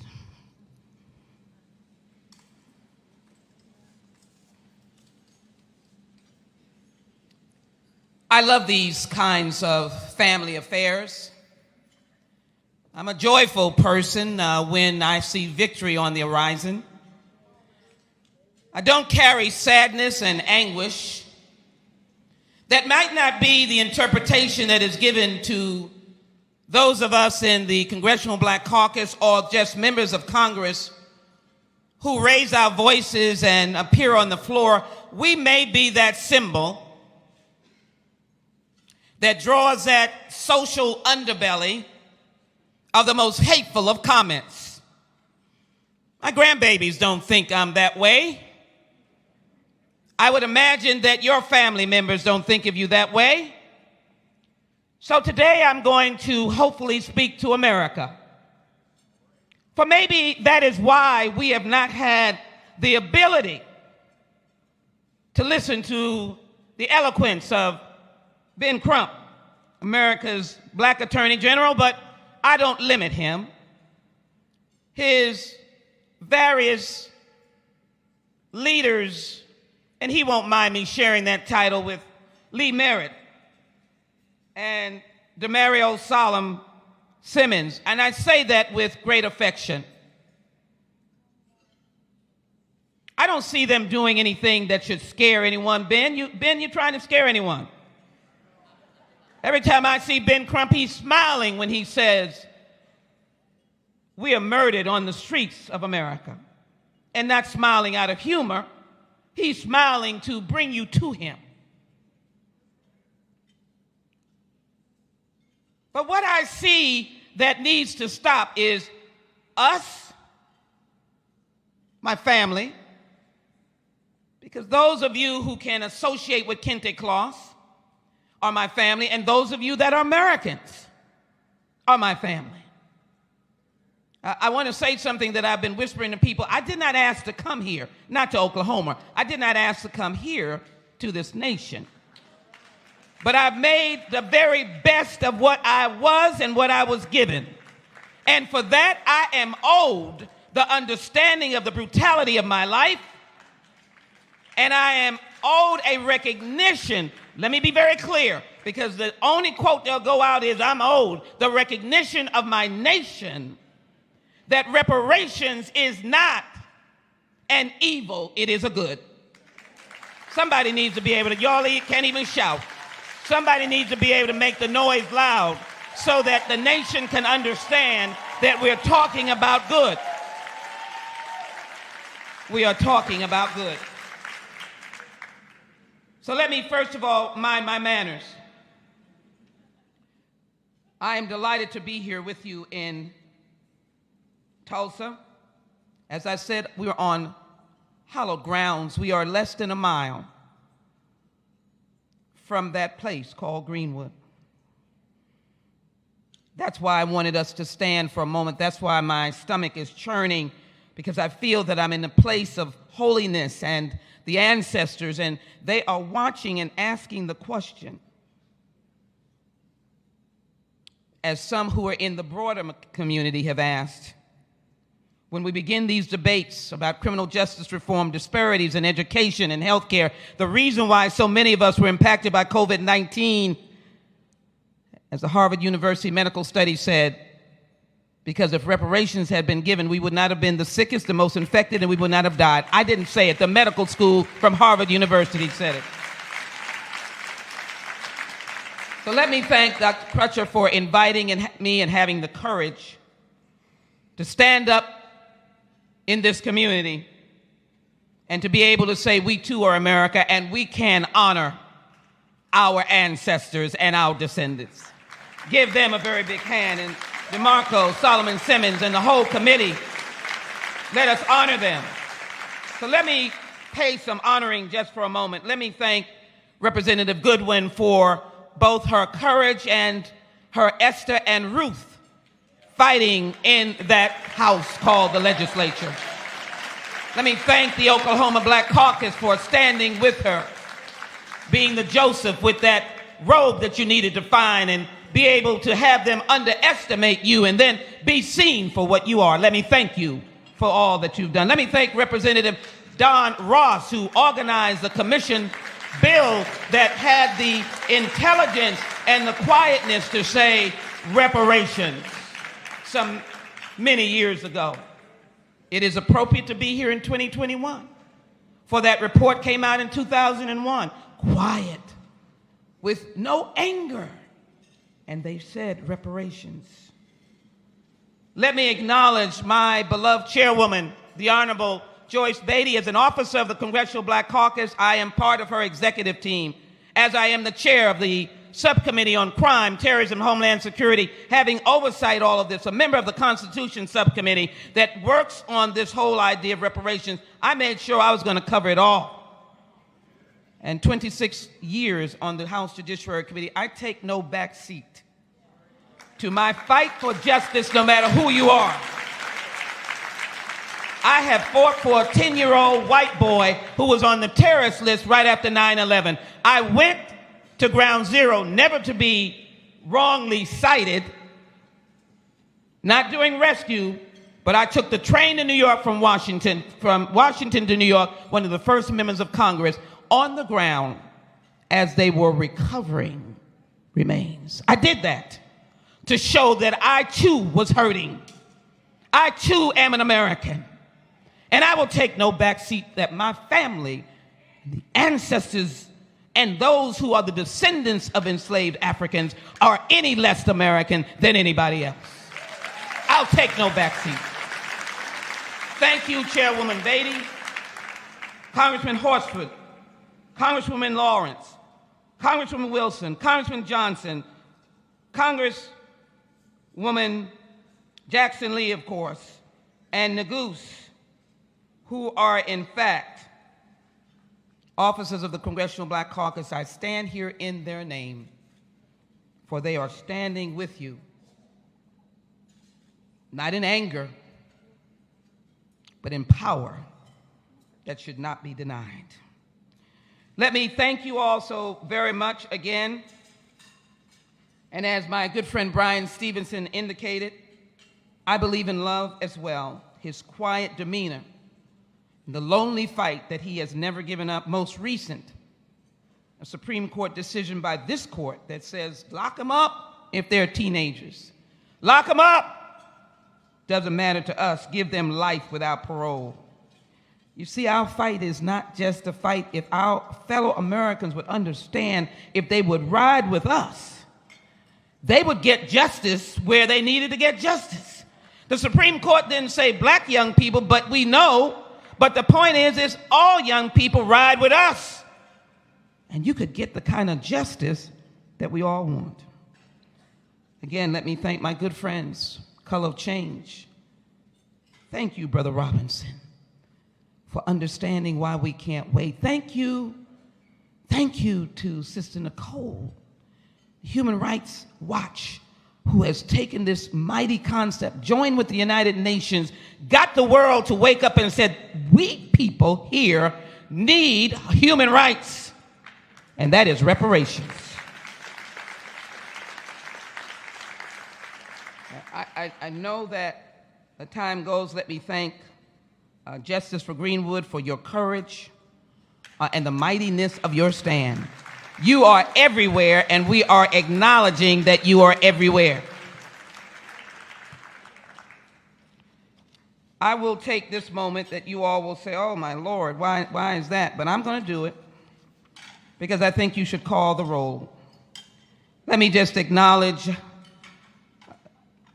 former Senator Patterson, State Representative. You can stand if you want to. I'm going to do this. I'll just cut myself down. State Representative Maury Turner, State Representative Regina Goodwin, we've already done. Former State Senator Jabir Shuti, forgive me, it's not of my heart, maybe to mine. City Council Member Vanessa Nell Harper, Council Member Mikey Afel Nizik, Council Kara Joy McKee, y'all gotta forgive me. Council Member Laurie Dector Wright, thank you. The Cherokee Tribal Council, all of you, the Creek Indians, Jason Love, the Black Caucus, Monroe Nichols, Marilyn Bell, County Commissioner Keith, and State Chair Alicia Andrews, State Representative Ajay Pittman. And if I forgot anybody else, you stand up and give them a hand. And then I've got to honor the high school of the Floyds. I've got to honor this brother, Roland Martin, from Jack Yates High School in Houston, Texas. Let me also give greetings on behalf, thank you all very much, on behalf of the Floyd family. I know that Ben Crump won't mind me. We're like kissing cousins.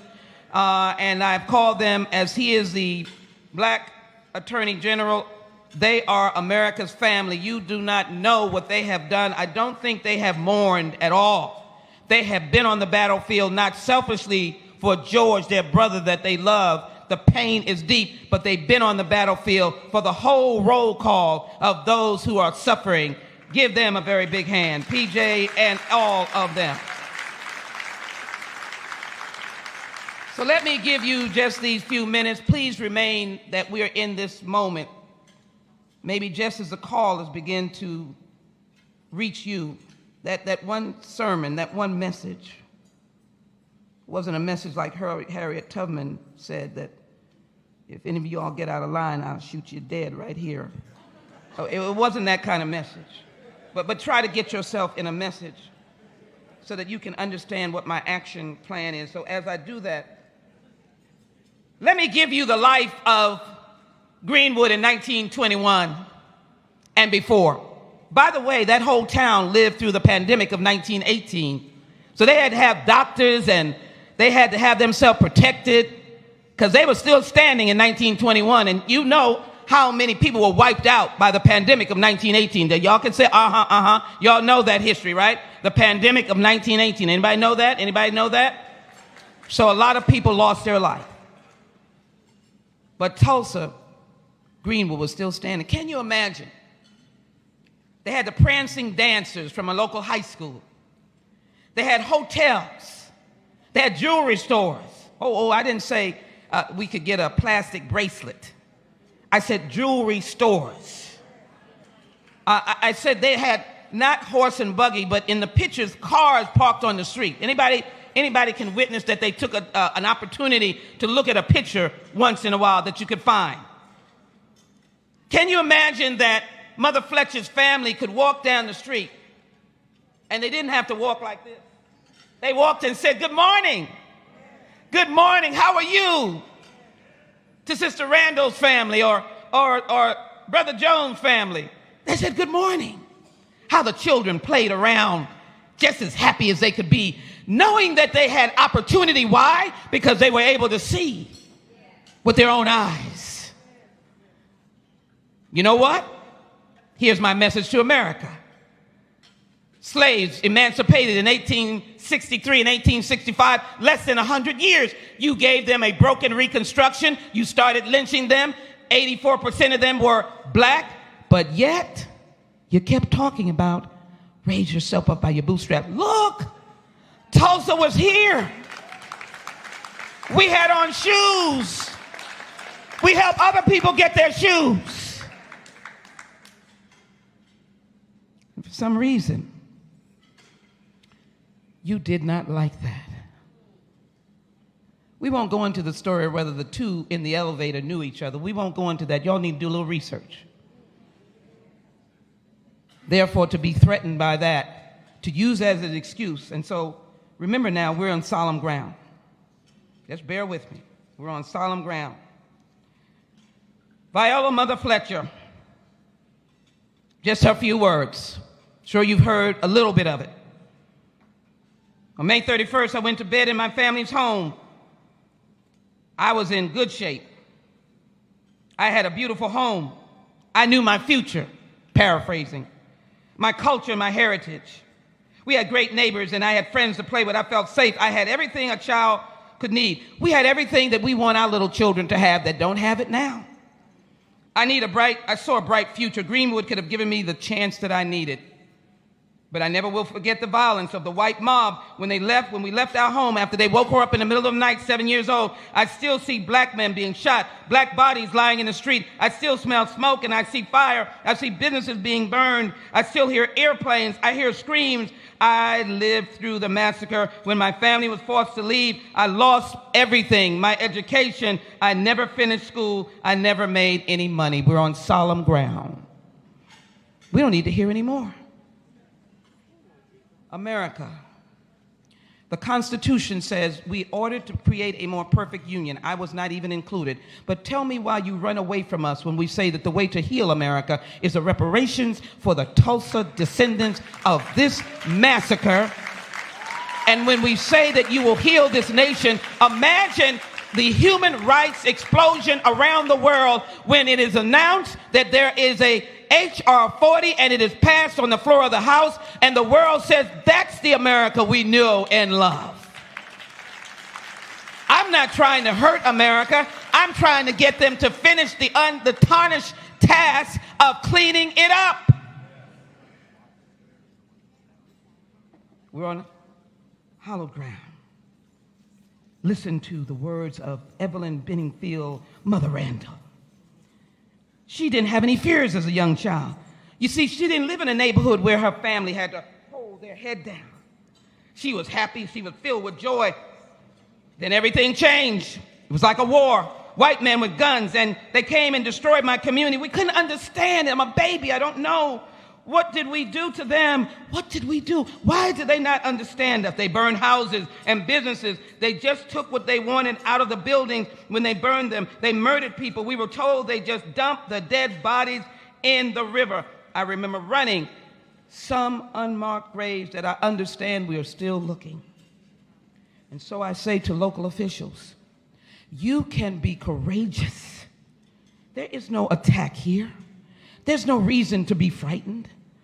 In this utilizing of the name brand of our descendants and in the work of the black community that continue to go to work every day to remain in Tulsa, this could have been a completely blank page. People could have ran and never came back, but they are here. They're in the legislature. They're doctors and lawyers. They're teachers. They're children trying to graduate from high school right here in Tulsa. They're Greenwood folk.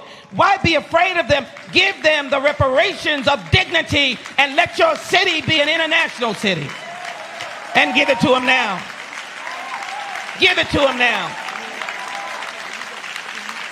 There is no anger here. There is only a plea as an American. Uncle Red, I'm not going to leave you out. You're the handsomest man, I tell you. There he's waving his hand. Saw me talking to him in Washington. Uncle Red, I'm not going to leave you out. Let me, for a moment, be solemn. I left my home. I don't typically do during Memorial Day weekend because I'm out there at the Veterans Cemetery in my congressional district. I don't think I've missed many years. I've honored Vietnam vets and World War II vets, and we're honoring World War I vets. I've honored Korean vets. I've honored other conflicts from Iraq to Afghanistan, Bulgarian War, Albanian War. And they come from all backgrounds. So as I say this about Uncle Red, give me the respect. If you have served in the United States military, please stand at this moment. This is to honor you and those who never came home. This is to honor you. I need to hear you. I need to hear you. I need to hear you applauding them. I need to hear you wave your flags. I need to hear you.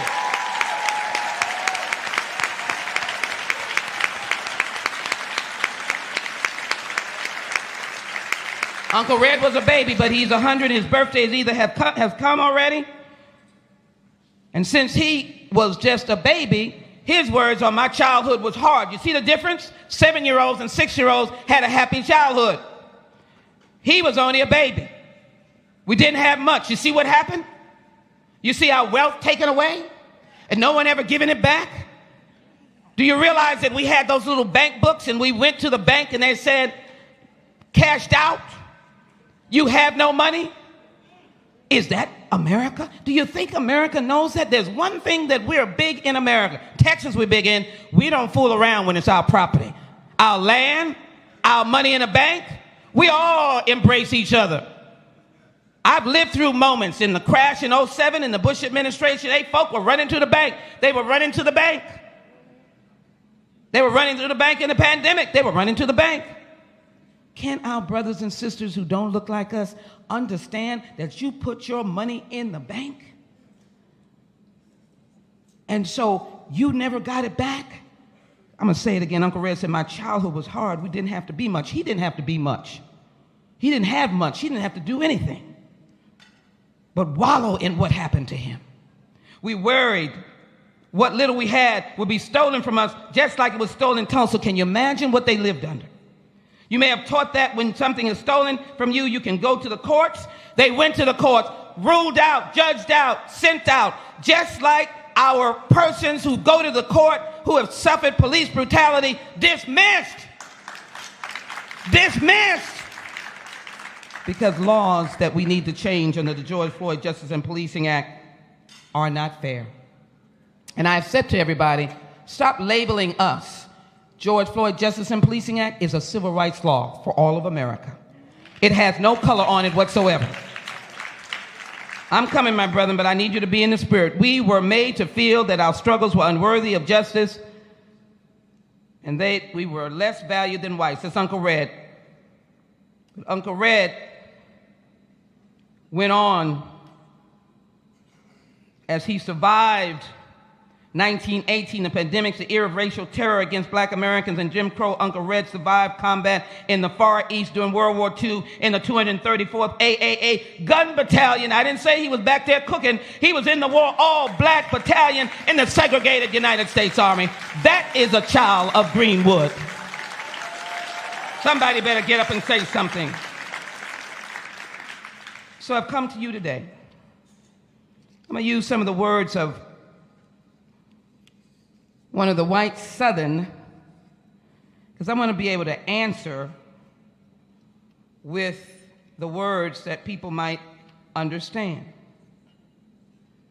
And that is that all I come to you today is to be able to enhance you and get you motivated that you run out of here with your shoes off. Because you are so ready to say, I am not going to let my history be denied.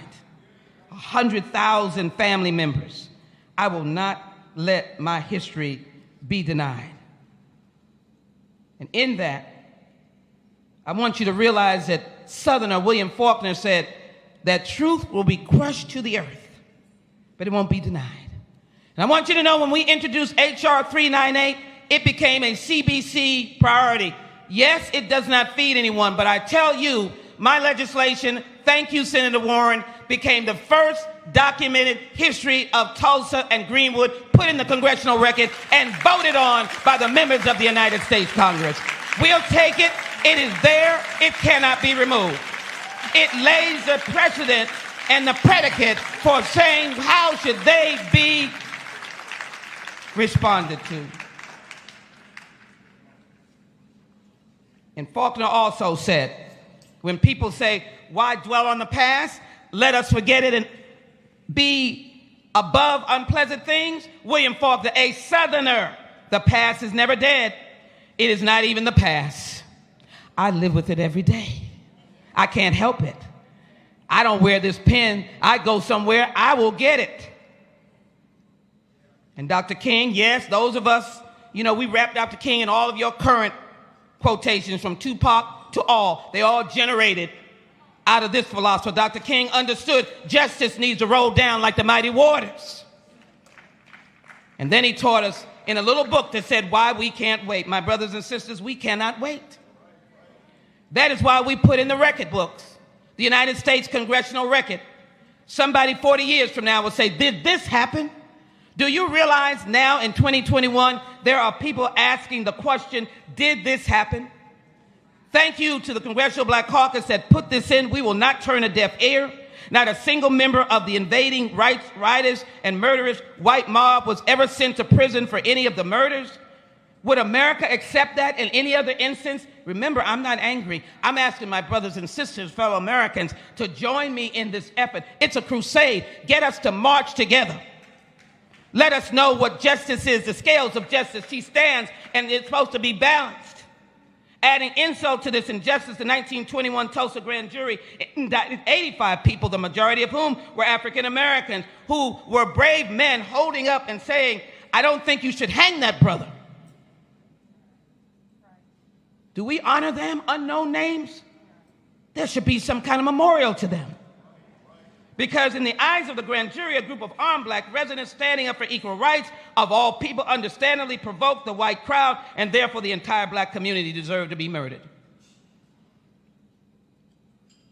But we know that no lie can stand forever. So here's my message to all of you.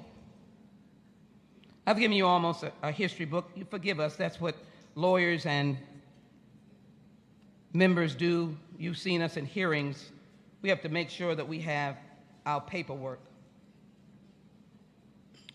But it is now an important moment in history. To America, if you do not take this moment, this historical almost decade, I first went, although there were many others, to one of the most profound killings. It's Amadou Diallo. We held a teaming meeting in New York where there was no seat. It was hot. They had no air conditioning. We might have been at Mega Evers. I don't know where we were with John Conyers. We came to give comfort. We came to comfort the mother. Mothers come to us as the mothers of the movement have. Can you imagine the burden of mothers? Can you imagine Sister Crutcher's family? Burden of her mother, burden of her family, right here amongst you and others. I do not leave anybody out. The burden of the mother, Brother Lee Merritt, of a video, another video that I've been over and like I'm in pain to hear folk talk about a man that was supposed to have been died in a car crash, which was reported. Man was literally beat to death. I bend over in pain. And so my message is, I need action from this room. I can't let you commemorate 100 years. I can't let Res 398 be a congressional notation. I cannot let those who are not in this room that do not look like us. Let me thank the members of Congress who have co-sponsored H.R. 40. Let me thank Hank Johnson for the introduction of the legislation of which I am a co-sponsor of that provides a claim and overlooks, for this group, overlooks the statute of limitations. Oh yes, we don't look at us as being hapless and helpless. But you know what? When there is deafening silence, not out of respect, but nobody makes them know, never mind, don't show up, don't call, ain't going forward, we're like we're in a hollow tomb. Because America is not looking, and when we're not looking, they're not going to look. So I need you to get up out of your seats. I need you to be able to let this centennial get back in the dark room, however you do it. The legislative session is over, but the local government and the governor cannot be without a response. A nonviolent, peaceful action that you will organize to meet with them again and again. Thank you, Counselor. Again, it should not be rejected that you meet with them. There's nothing wrong. I meet with those I agree with. I meet with those I do not. That is what the people's representatives do. That's what democracy does. That is why we fought against the insurrection. Unfortunately, the commission has not been respected. And let me be very clear. I am not going to take a back seat to my love and affection for law enforcement. Neither will I put that on you. We have them in our own communities and in our families. We mourn when they lose their lives. We fight for them to get their compensation. We wanted the U.S. January 6th Commission. We wanted it, we wanted it, we wanted it. We wanted it. I tell you, we wanted it. Tears in my eyes, we wanted it. George Floyd Justice and Policing Act that takes in the pain of Breonna Taylor, the long, never responded to pain of Tamir Wright, Trayvon Martin, Walter Scott, our brother up in Rochester, New York. Veterans that are being violently responded to that are black veterans in mental health crisis. Because they came out of war. You understand the situation. PTSD is one of my champion issues. I am the PTSD lady. I have put more money in there to deal with our brothers and sisters. So I need you to organize. I need these meetings to start. Again, may I speak? I was a member of the Houston City Council. I am well aware of the responsibilities of a mayor, but I do know this. You can be at City Hall and nothing is going to happen but just people coming in to be able to meet designated, whatever committee you designate to finish the job. We can't let the New York Times article be the final statement that it broke down and we're not going forward. No, I cannot accept that.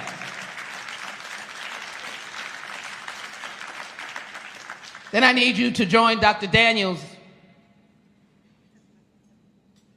the Human Rights Watch. You'll hear from Nicole later on today. Brother Rashid, in the color of change, the ACLU, and 300 other organizations, including the Episcopalians, our Jewish community, Japanese Americans, and many others, on H.R. 40. Please don't put a bag over your head. Please don't say, please look at Mother Fletcher. Please listen to Uncle Red. Please listen to Mother Randall. Please, she says she got nothing. That she could have been a young lady with all of the values of her intellect. These people are geniuses. Oh, they humble me in their intellect and their tenacity. They wowed those members of the Judiciary Committee. They left them speechless. They couldn't ask any questions because they were so overwhelmed. What about little Kwame that's in the 5th grade? What about Letitia or Shirley or Robert or any others that are coming? What are you giving them?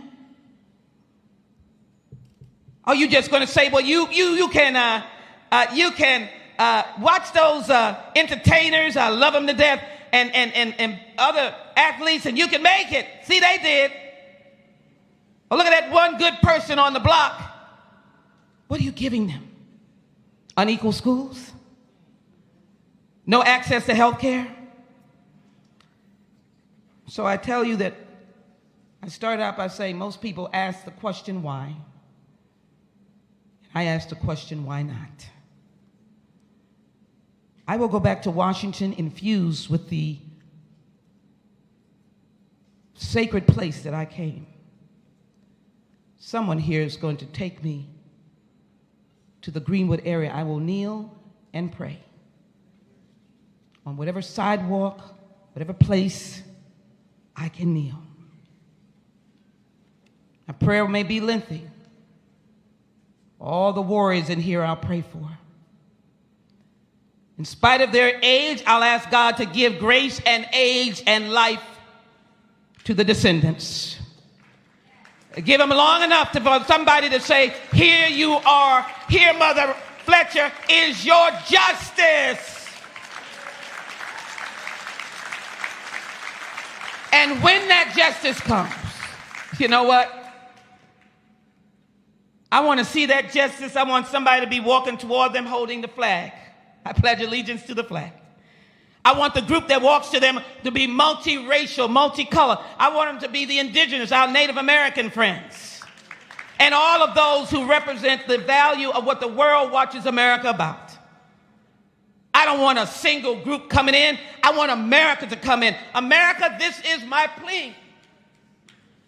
That you will come to the idea that cleansing is good, that redemption is good. Let the redeemed say so.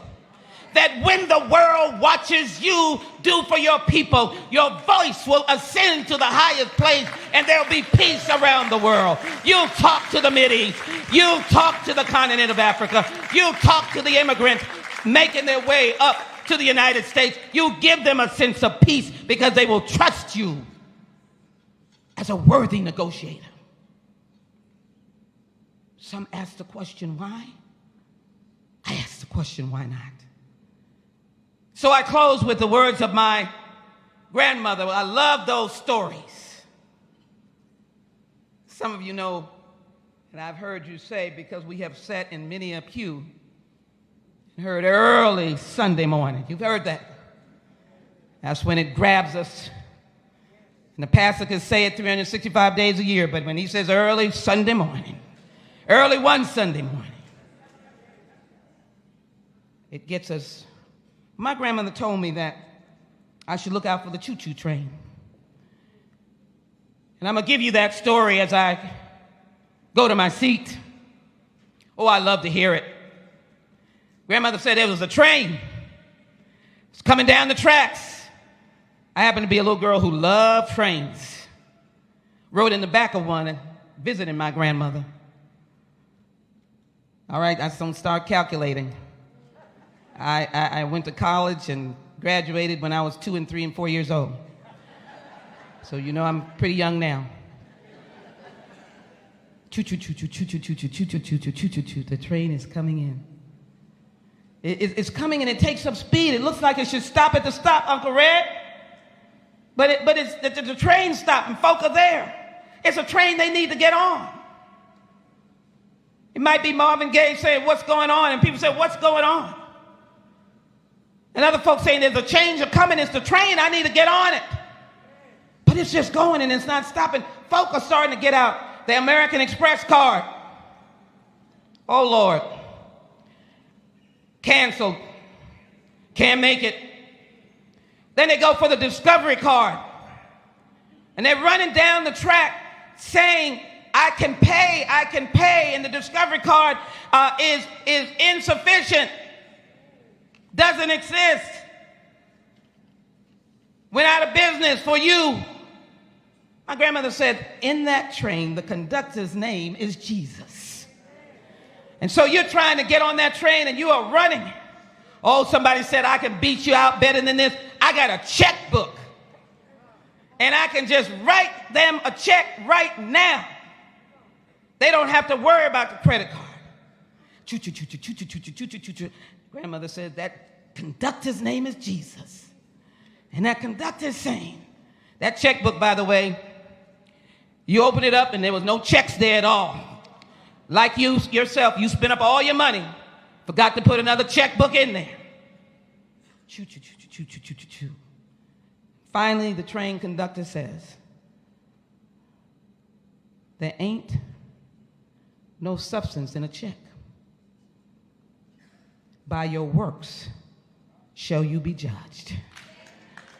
The only way you're going to get on that train, if you got any sense, any faith that you want to get on that great getting up morning, the only way will be by your works. America, the only way you will meet your promise and your promise maker is that you come to the redemption stand. You pass H.R. 40. You come to Mother Fletcher, Mother Randall, Uncle Red in their lifetime. You come to the descendants in their lifetime. You come in a family of multiracial, multicultural. You come in government, high and low. You come in the spirit of a just system for black men that are brutalized, not any fault of their own. You will come in the roll call of dishonor that we don't want George Floyd and Breonna Taylor to be on. We want them to play with their family, be a nurse, love that little girl, love their brothers and sisters. But because that train came and so many folk gave up because they didn't have the money and they didn't realize it is by your work shall you be judged. The conductor's name is Jesus. The train is going out. You need to get on that train. Ain't no difference in the fare. By your works shall you be judged. I'm getting on that train. I don't know about you. I hear the choo-choo-choo-choo-choo-choo-choo-choo, and the conductor's name is Jesus. I'm going on there with my works. I don't know about you. I'm going. I'm getting on that train. I'm going right now. I'm taking leave. I know, because there is justice only if you claim it, if you want it. There's only justice if you stop singing "We Shall Overcome" and say "We have overcome." There's only justice if you honor these individuals and you say to them, we will not be a make me no never mind. We will not stop voting. We will not stop being who we are. I'm feeling it right now. I'm not going to give up. H.R. 40 is going to be part of the history of this nation.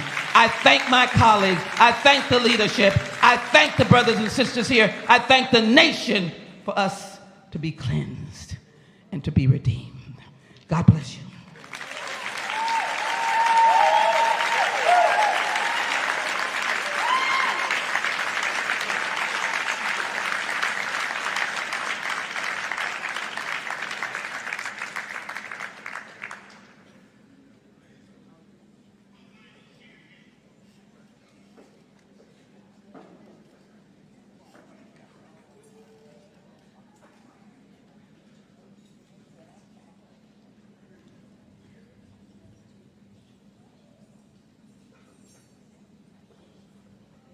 There's a song that goes, people get ready, there's a train a-coming. You don't need no money, you just what? You just get on board. Let's give it up one more time for the also amazing and lovely, the Honorable Representative Sheila Jackson Lee. She's all that and then some, right? I am so grateful for her. I am touched and I am moved. I think at this time, if we were in church, we'd just pass the bucket around, wouldn't we? Let the church say amen. Amen. Thank you, thank you, thank you. At this time, please allow Paris Lawson with the OKC Thunder to please come forward with their presentation.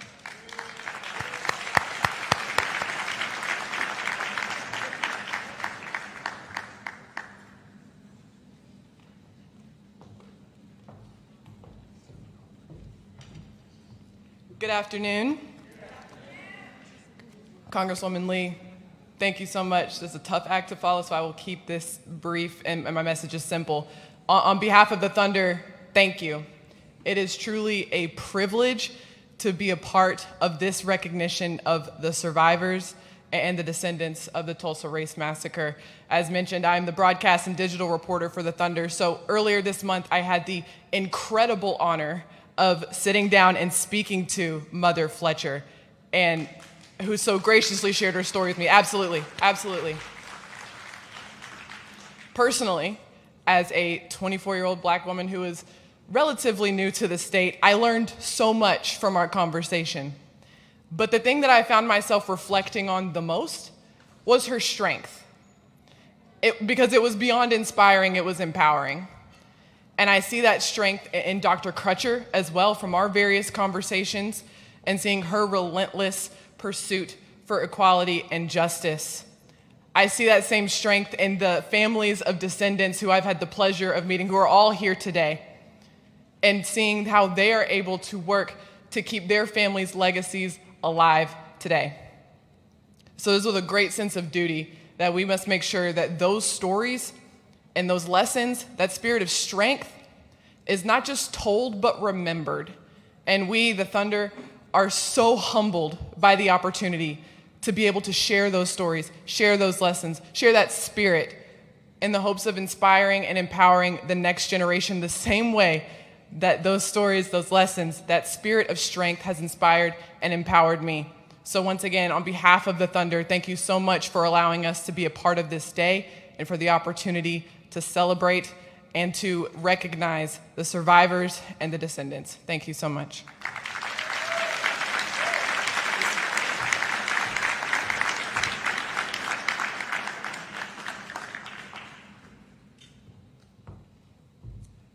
All right, this next young man, I had the honor of going to Booker T. Washington High School with him.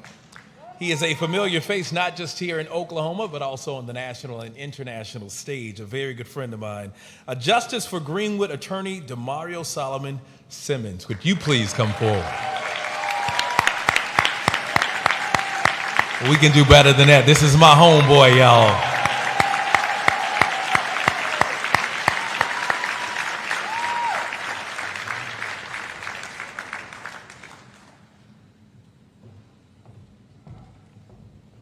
Let's give us a quick moment. We'll get our survivors on the stage.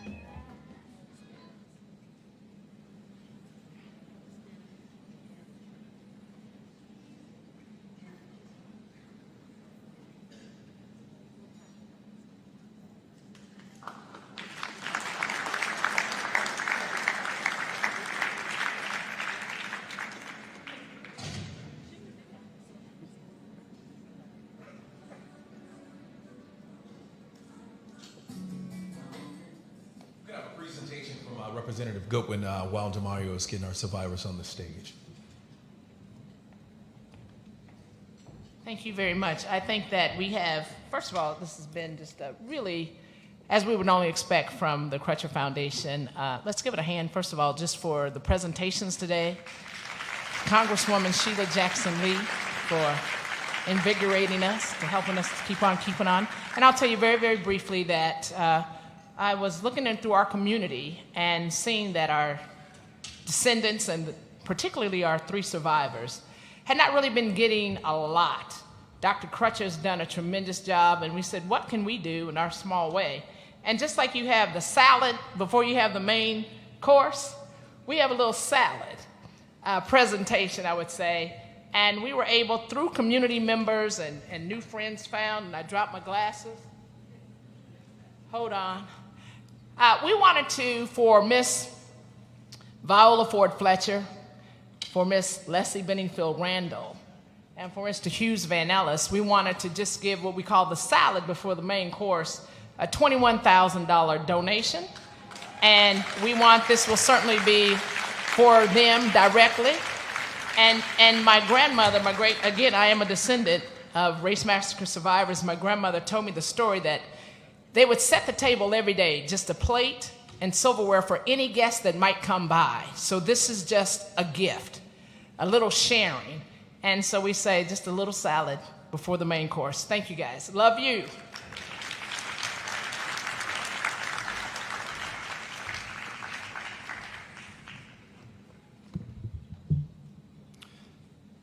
My mentor, Brian Stevenson, stated on his video about love. Let me tell you a love story involving Dick Roland. It is not what you think. People talk about Dick Roland being on the elevator with Sarah Page, but that's not the love story. You know, people don't realize that Dick Roland, he was a shoe shiner. He was not an important figure in Greenwood as far as being a property owner. He was not a multimillionaire. He didn't run the paper. He didn't run the hospital. He was just a regular, average community member.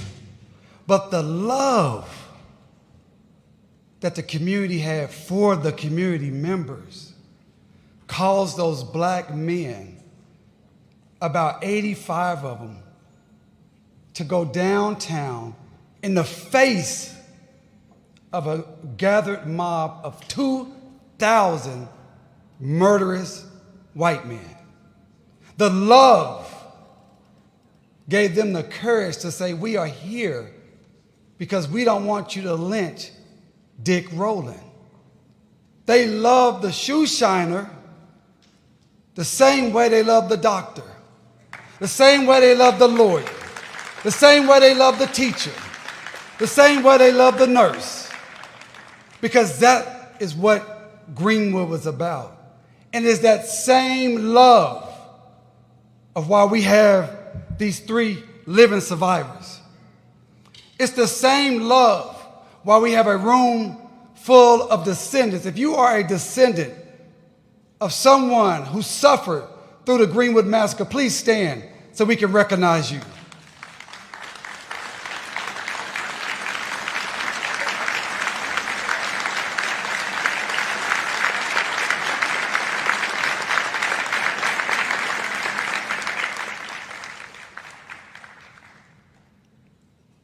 We love you. That is why we created the Justice for Greenwood Foundation. I am attorney Demario Solomon Simmons. Law is my ministry. Justice is my passion. And my team and I have been fighting on behalf of the survivors and the descendants and our North Tulsa community because we love you. And I want the Justice for Greenwood team to stand. The Justice for Greenwood team. Some of our team members are here, Delantrice, Mia. We have lawyers, DJ, and we have a team of lawyers from all around the country, over 20, that are working on this issue. And we're fighting for 4 points, and they're very simple. Number 1, financial compensation for those who suffered in the massacre. Number 2, for those who perpetrated the massacre to be held accountable. And some people say, well, no one is alive who perpetrated the massacre, but the city is alive. The county is alive. The chamber is alive. TDA is alive. The state of Oklahoma is alive. And we want them held accountable. Number 3, we want to meet and document every living descendant throughout what we call the Greenwood diaspora. We want to know you. We want to understand your story. And we want to make sure you take back your narrative, which has been stolen from you. And number 4, we pledge to make sure that anytime there's a discussion about Greenwood, the massacre, that it starts first, not with the buildings, not with the plaques, not with the trees, not with the museums. It starts with the people of Greenwood. Greenwood was about the people of Greenwood, the mindset of the people that built Greenwood.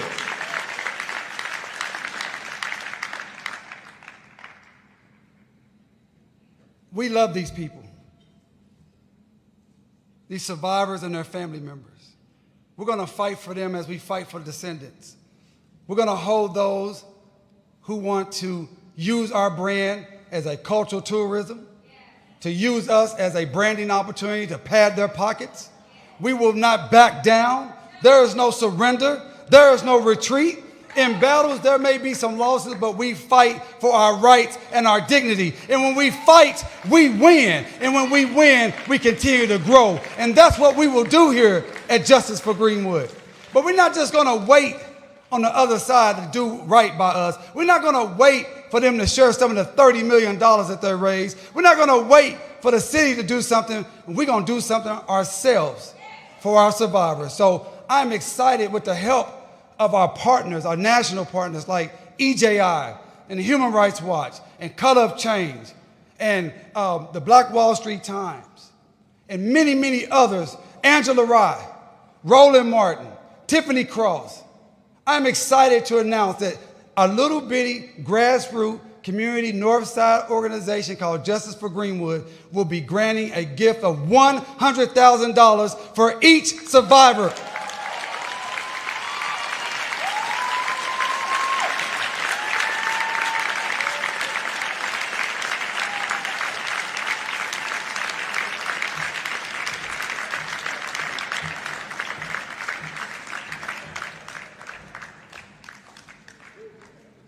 We do this out of love. We do this because we have people in this room that believe in us. It's people in this room who stepped up to do the right thing and did not want any recognition. As much as I want to recognize them, they didn't want recognition. But I'm talking to those people that said, I see the work being done, and I want to support the work. I see the need, and I want to gift into that need. I have the resources, and I want to give. Some people have given $10. Some people have given $100. And some people have given much more than that. But the reality is, for those who say, I can do what I can do and I will do it. Not those that say, we can't do this. We can't pay this. We don't owe this. It's not for us to do. We stand with those who stand with us. This is just a gift. This is not reparations. This is just a gift. But we make a pledge that we will continue to raise money. We will continue to find resources so we can do the work of our foundation, so we can bring financial compensation, accountability to perpetrators, understand and document your stories, and make sure that when we talk about Greenwood and the massacre, we talk about what first? The people. Thank you.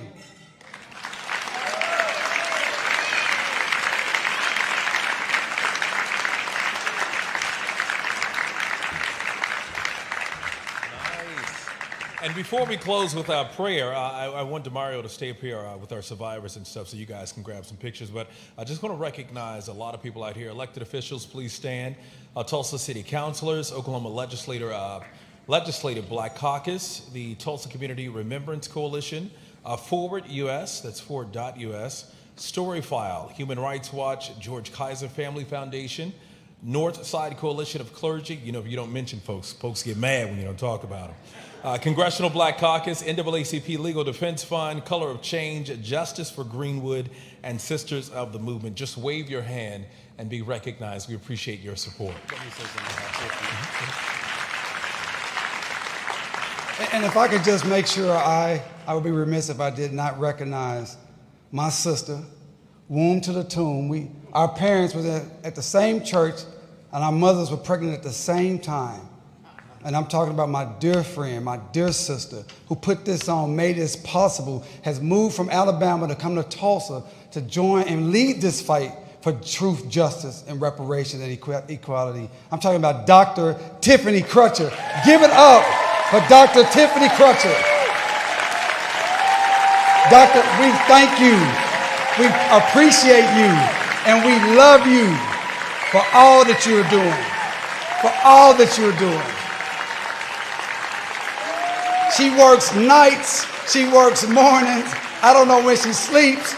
I don't know when she eats. She's everywhere at all times. She's taking care of her nieces and nephews, taking care of her father, her parents. She's a jewel.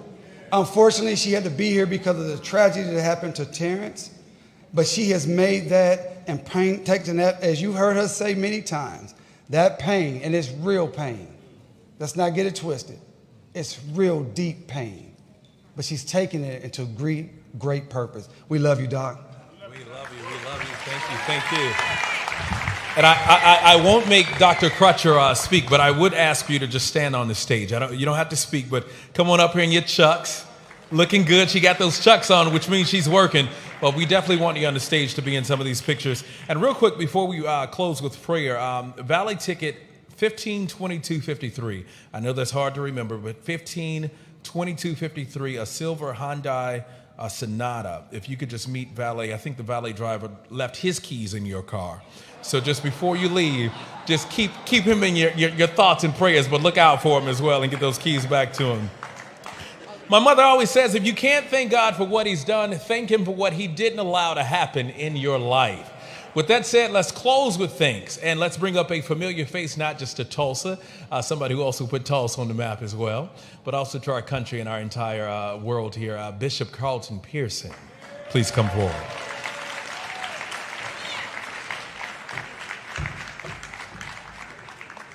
Our ancestors would be and are so proud of the brilliant, young, articulate men and women that have been on the stage today that are operating like Dr. Crutcher. And Demarius, you're doing such an amazing job. I'm going to give 10,000 toward what you're raising. I heard you mention it. And let's don't wait for other people to do the reparations. Let's do some of it ourselves.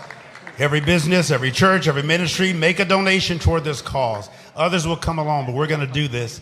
This is wonderful. I'm so thrilled. Let's all stand. This has been a brilliant opportunity for our city. The whole world is watching. And we are, you've been so beautiful. The demeanor has been wonderful. There's been no rage, no anger. We didn't have a Roland Martin 100 years ago to speak for us. We didn't have African male men and women in the media. We've come so far. We can speak for ourselves, about ourselves, and make a change. So we have come a long way. We got a long way to go, but we've come a long way. Turn to somebody and say, we've come a long way, but the best is yet to come. Congressman Lee was Reverend Lee this morning. She preached us happy. All we needed was a Hammond B3 and a Leslie, and we'd have bucked a little bit in here. Eternal God, our mother and our father, we are grateful in spirit and mind and in our physical being for the divine intersection of our lives and of history today.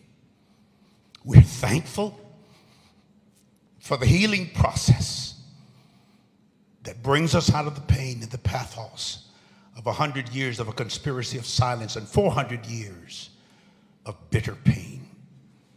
We lasted. Thank you for the song that Marvin sang, What's Going On? Well, a lot of it's still going on, but so are we, and we go by faith, knowing that our best is yet to come. Continue the healing in us, to us, and through us. Let Tulsa bring healing to the entire country and the planet. The mystery of iniquity is at work among us, but you, the power of God, is for us, in us, and working through us. Our best is yet to come, we decree, in the blessed name of Jesus. Thank you that you doeth all things well, and so it is. Everybody say hallelujah. Thank you, God. Now hug somebody if you're not afraid of the germs. We love you.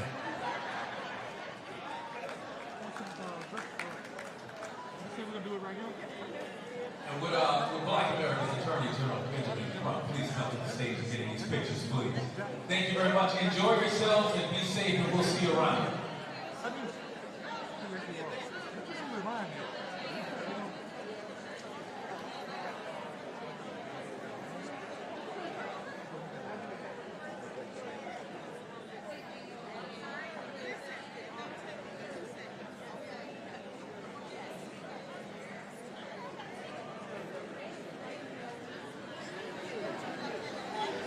What an incredible program. Right now, I'm joined after the event by a familiar face that you might recognize, and that's Michael Cage, who is here in attendance with us today, Thunder TV analyst. And Michael, just after being able to take all of this in, what are your thoughts? Well, first of all, I just want to say congratulations, to all that was involved in this centennial anniversary of the Tulsa race massacre, because just to be here and to be around so many people that were affected by this and the people that put this together, and to hear all of the speakers today was really moving. I mean, I'm here to a capacity where you're interviewing me. You're working, I'm not. So I'm just taking it all in. And it's really been emotional. It's been very powerful, very educational too as well. I mean, just hearing some of the speakers speak today, certainly I think the keynote speaker that really summed it all up was, Representative Sheila Jackson Lee, just talking about, the whole community thing and the reparation and how people can get involved. And it's not just a black-white thing, it's a people thing. I thought one of the most powerful moments was seeing all three living survivors up on the stage together. It was such an impactful moment. And as I mentioned, I had the opportunity to sit down and speak to Mother Fletcher, and her story, as with the story of the rest of the survivors, was just so moving and so powerful and also empowering as well. Michael, just what did you think when you saw all three of them up on stage together? Well, first of all, you did a great job with the one-on-one interview from a couple of weeks ago. That was top notch. I mean, I just really learned so much from your one-on-one with her. And then being here to see them physically in the flesh and to realize that they survived such a horrific event that's now being put to light, and to see them here at 100+ years old, which, all of us would like to be that old, but, to really be able to like have her tell the story to you. And then to see her at this event today, the centennial of this event, that so much good has come out of it, and how humble they are. And so, and how everybody has embraced their presence here because they're royalty. And we treat them like royalty. If you make the century mark, you should be treated like royalty anyway. But to what they've gone through their entire life is truly remarkable. And it's an honor for me to see them here. And I'm so glad that they were able to be honored today. Clearly, today had an impact on Michael and myself, and just an incredibly moving experience here today. We hope you were able to take something away from this as well, whether it be lessons or just an acknowledgement of what happened here almost 100 years ago exactly. So once again, thank you so much for joining us on our live stream today, and we'll see you next time. Thank you so much.